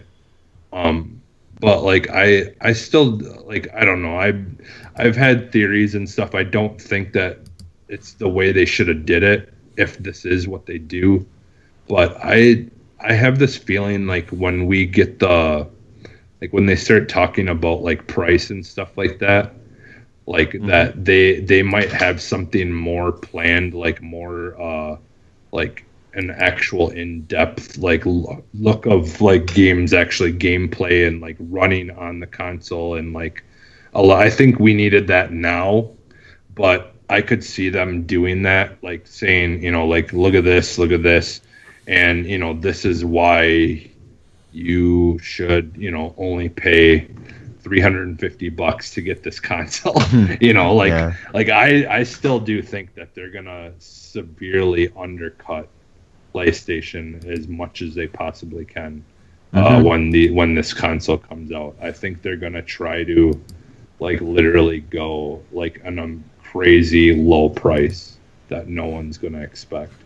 No, for sure. They plan on you getting the Game Pass Ultimate because that's all they want you to do. They can make all that money up there if you get Game Pass. How crazy is it though that it's almost August, and like we're a few days away from August, and like for both systems, I mean we know some stuff on PlayStation, but like we don't know many games coming. we can't pre-order it. There's no price. There's no like official launch lineup. There's no like. Right. There's a bunch of games that are going to come to it that were already on the system that we had, and we have no idea about the price of them. I know. Or how we're going to get them. Like, PlayStation wants to do 10 million units in the first year, if they can. Yeah. From supply chains. I mean, like, there's a huge if there. Yeah. I mean, it's just crazy to me. Like, Yeah. obviously, COVID has made it difficult for any video game because you don't have people in studio. They're working remote. That's immensely frustrating on teams. And so games are getting delayed. I'm sure of it. You can't tell me that the Fable crew isn't behind. Yeah. Right. Right? Yeah. And so motion capturing isn't really a thing right now. I think like- anything. Yeah. I think anything that's supposed to come out next year is going to be delayed heavily. Honestly. Oh, absolutely. Which sucks, right? Because there's probably a ton of games that were probably going to be in this showcase or in the PlayStation one as well. Yeah, because I think In said, hey, Exile said 2021. Exile said that their game was supposed to be at the showcase and it wasn't. So that Right, yeah. Like there's probably a bunch that were like, March, April, May, 2021, where you can sit there and be like, cool, I'm going to go pick that console up because that game looks really cool, and I'll wait, 10 months, right, for that game to come out after I have the console. Not a big deal. Like, that's completely missing. But it's just insane to me that, like, we don't have any of these details, which also, Brody and I have talked about this on our show a couple times where, the reason for the price thing is Sony is never going to give the price first, because the moment that Sony does it, Microsoft's immense amount of cash on hand, they can take such a massive hit that it doesn't even matter, and their ecosystem can repay them back so much quicker than Sony's. But like, it's on one hand, I like how the news is spread out more and it's not all in June / July. Like I'm cool with that. I'm really cool with that. Like I hope that continues going forward, but not for console launches. right. Yeah. It's pretty console yeah. launches. Yeah, I think this is definitely I think this, the whole COVID thing, like I could honestly see both consoles kind of going the way of like PS3, where it was like really, really slow starting and then just all of a sudden boom, like later on, Well, Like, that's also because they overpriced the PS3 big time. Well, yeah, but I mean, Scared a bunch of people off. Yeah, I think. they think pulled this an would be the Xbox same One type thing, deal. but just different Yeah. in a different reason. Yeah, where it just like everything kind of is slow starting because like it's not that they're not getting these big like new IP games out because they haven't started them yet on purpose. It's just like they just took such a massive hit and loss of time to be able to get any footing. I also And think so Oh, go ahead, Brody. I think that's a big reason why they haven't opened it up for pre-order yet, because they have no clue how much they're actually going to have, because this is still so fluid at this point. Fair enough, honestly. Yeah. Well, and I fair think enough. we that's wanna why hit the 10, Xbox, and I think that's why Microsoft said, "Hey, these games are going to be able to be played on your old consoles still, because we can't with everything so unable to be guaranteed and what we can and can't do and when we can start anything. Why are we going to force you to go on a new console when we don't even know what's going to be happening day to day, let alone what's going to happen within the next year?" I think that I get it. It's great for the PlayStation fans who want to say, "Oh, look at they're gonna try to push next gen," but it's like, yeah, but I mean, when are these games? Some of these games that you're gonna want to get. I mean, when are they gonna come out? We don't even know for some of this stuff. When are they gonna be able to guarantee that any of this stuff's gonna be available? There's also legacy games too, right? Which are like Fortnite and Warzone and all that kind of crap. And you have such a slow start because you have so many people playing Fortnite. It's like, why am I going to go buy the new console, play Fortnite, and what is 4K and a Fortnite art style? It's not. It's just not there. Or like Warzone, cool. It's cool enough for me. I'm all right with it. I don't need to go to the new system for it. So there's so many of those games where it's just, I don't think you're going to have people jumping over unless there are those big pieces of IP, like even the Spider-Man Miles game. It's not it's a game, but it's not like a full blown Spider-Man game. I mean, you got Horizon Zero Dawn was teased and announced for it, but it's like, I don't know. I feel like unless you have like one big IP coming in, and I don't think Halo Infinite's the answer for Xbox, but unless you have like the big IPs or something brand new, and like it will be available this date. Yeah. You're not going to have any like big run up, but that's been a lot of the consoles, right? So. Yeah, that's the thing. I think this is just a really unfortunate, like thing to happen right before a console release, and it's kind of screwed everything up for like all the consoles and all the absolutely the companies. So the it's old Rona. Yeah. Well, I mean, Cyberpunk's been delayed like 45 times now. Yeah, It's going to get delayed again, 100%. Oh, I'm pretty sure of it at this point. And earlier, I mean, a couple months ago, I think it was, Phil Spencer did an interview, and he's even said, like, this hasn't even affected the gaming industry to the extent of what you would think. Like, it's going to be worse at the beginning of next year. He said 2021 early on, like late winter, early spring, it's going to be 10 times worse. So, I mean, this is the beginning of a ripple effect that's really, really going to throw a wrench in things for a while. Yeah. Yeah. Yeah, as a lot of games do their motion capturing stuff pretty early on. And then once that's done, at that point, anything from coronavirus is basically can be worked around. It's going to take longer, but it's still stuff that can be done remotely. Whereas, like all these new games that haven't done any motion capturing, that's all going to be stopped completely until that can be done again. So if they don't do that, there's not much they can do. I mean, we're going to get frame by frame animation instead of mocap. Oh jeez. Yeah. Like oh I mean, God. even a game like Hellblade, which is like all motion capture, like that's the whole point of that first game was how amazing that motion, like that real-time motion capture was, and like now we can't do any of it. Everything's going to look like Halo Infinite.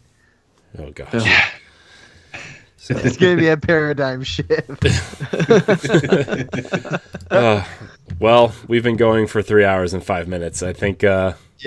Good God. Yeah, I think it's. Get it. I think it's time to wrap this episode. Jeff, Brody, thank you guys so much for joining us. Yeah. Why don't you guys? Thanks for having us. Why don't you guys remind everybody where they can find you? You can find us on Instagram and Twitter at Diggity Podcast. You can find me on Xbox at Luscious Brody, and you can also find me on PlayStation at Wolverine's Cousin. You can find me on Xbox, Maple Jeff. And you can tune into our podcast. We set the start of the show. If you've made it this far, congrats. Oh, they've made it. What a trooper. Yeah, you are an absolute trooper. We're pretty much anywhere you can listen to awesome podcasts on, and our shows go live every Friday morning, early in the morning, so you can hit them on your commute, or hit them on before your first terrible Zoom call, depending upon what your profession is. Yeah. Jesse, where can we find you? You can find me almost everywhere as Phantom NXS. Yeah, and you can find me at I am CorianHD on Twitter, Instagram, and Xbox. You can find me on Twitch at CorianHD. You can follow Boss Rush Games at Boss Rush Podcast on Twitter. You can check out all of our content on bossrushgames.com. Like, subscribe, share, rate, and review wherever you consume this show. You can find us everywhere on podcast services, on YouTube, all that good stuff. Thank you, Jeff. Thank you, Brody. Thank you, Jesse, for joining me. And we're going to throw up the X because... Oh, my God. We're leaving. We're exiting out.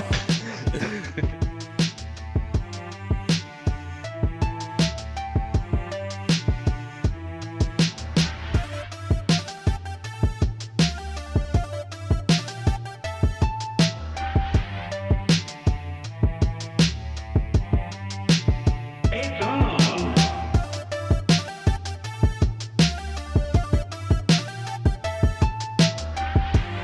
What's the matter, you hurt?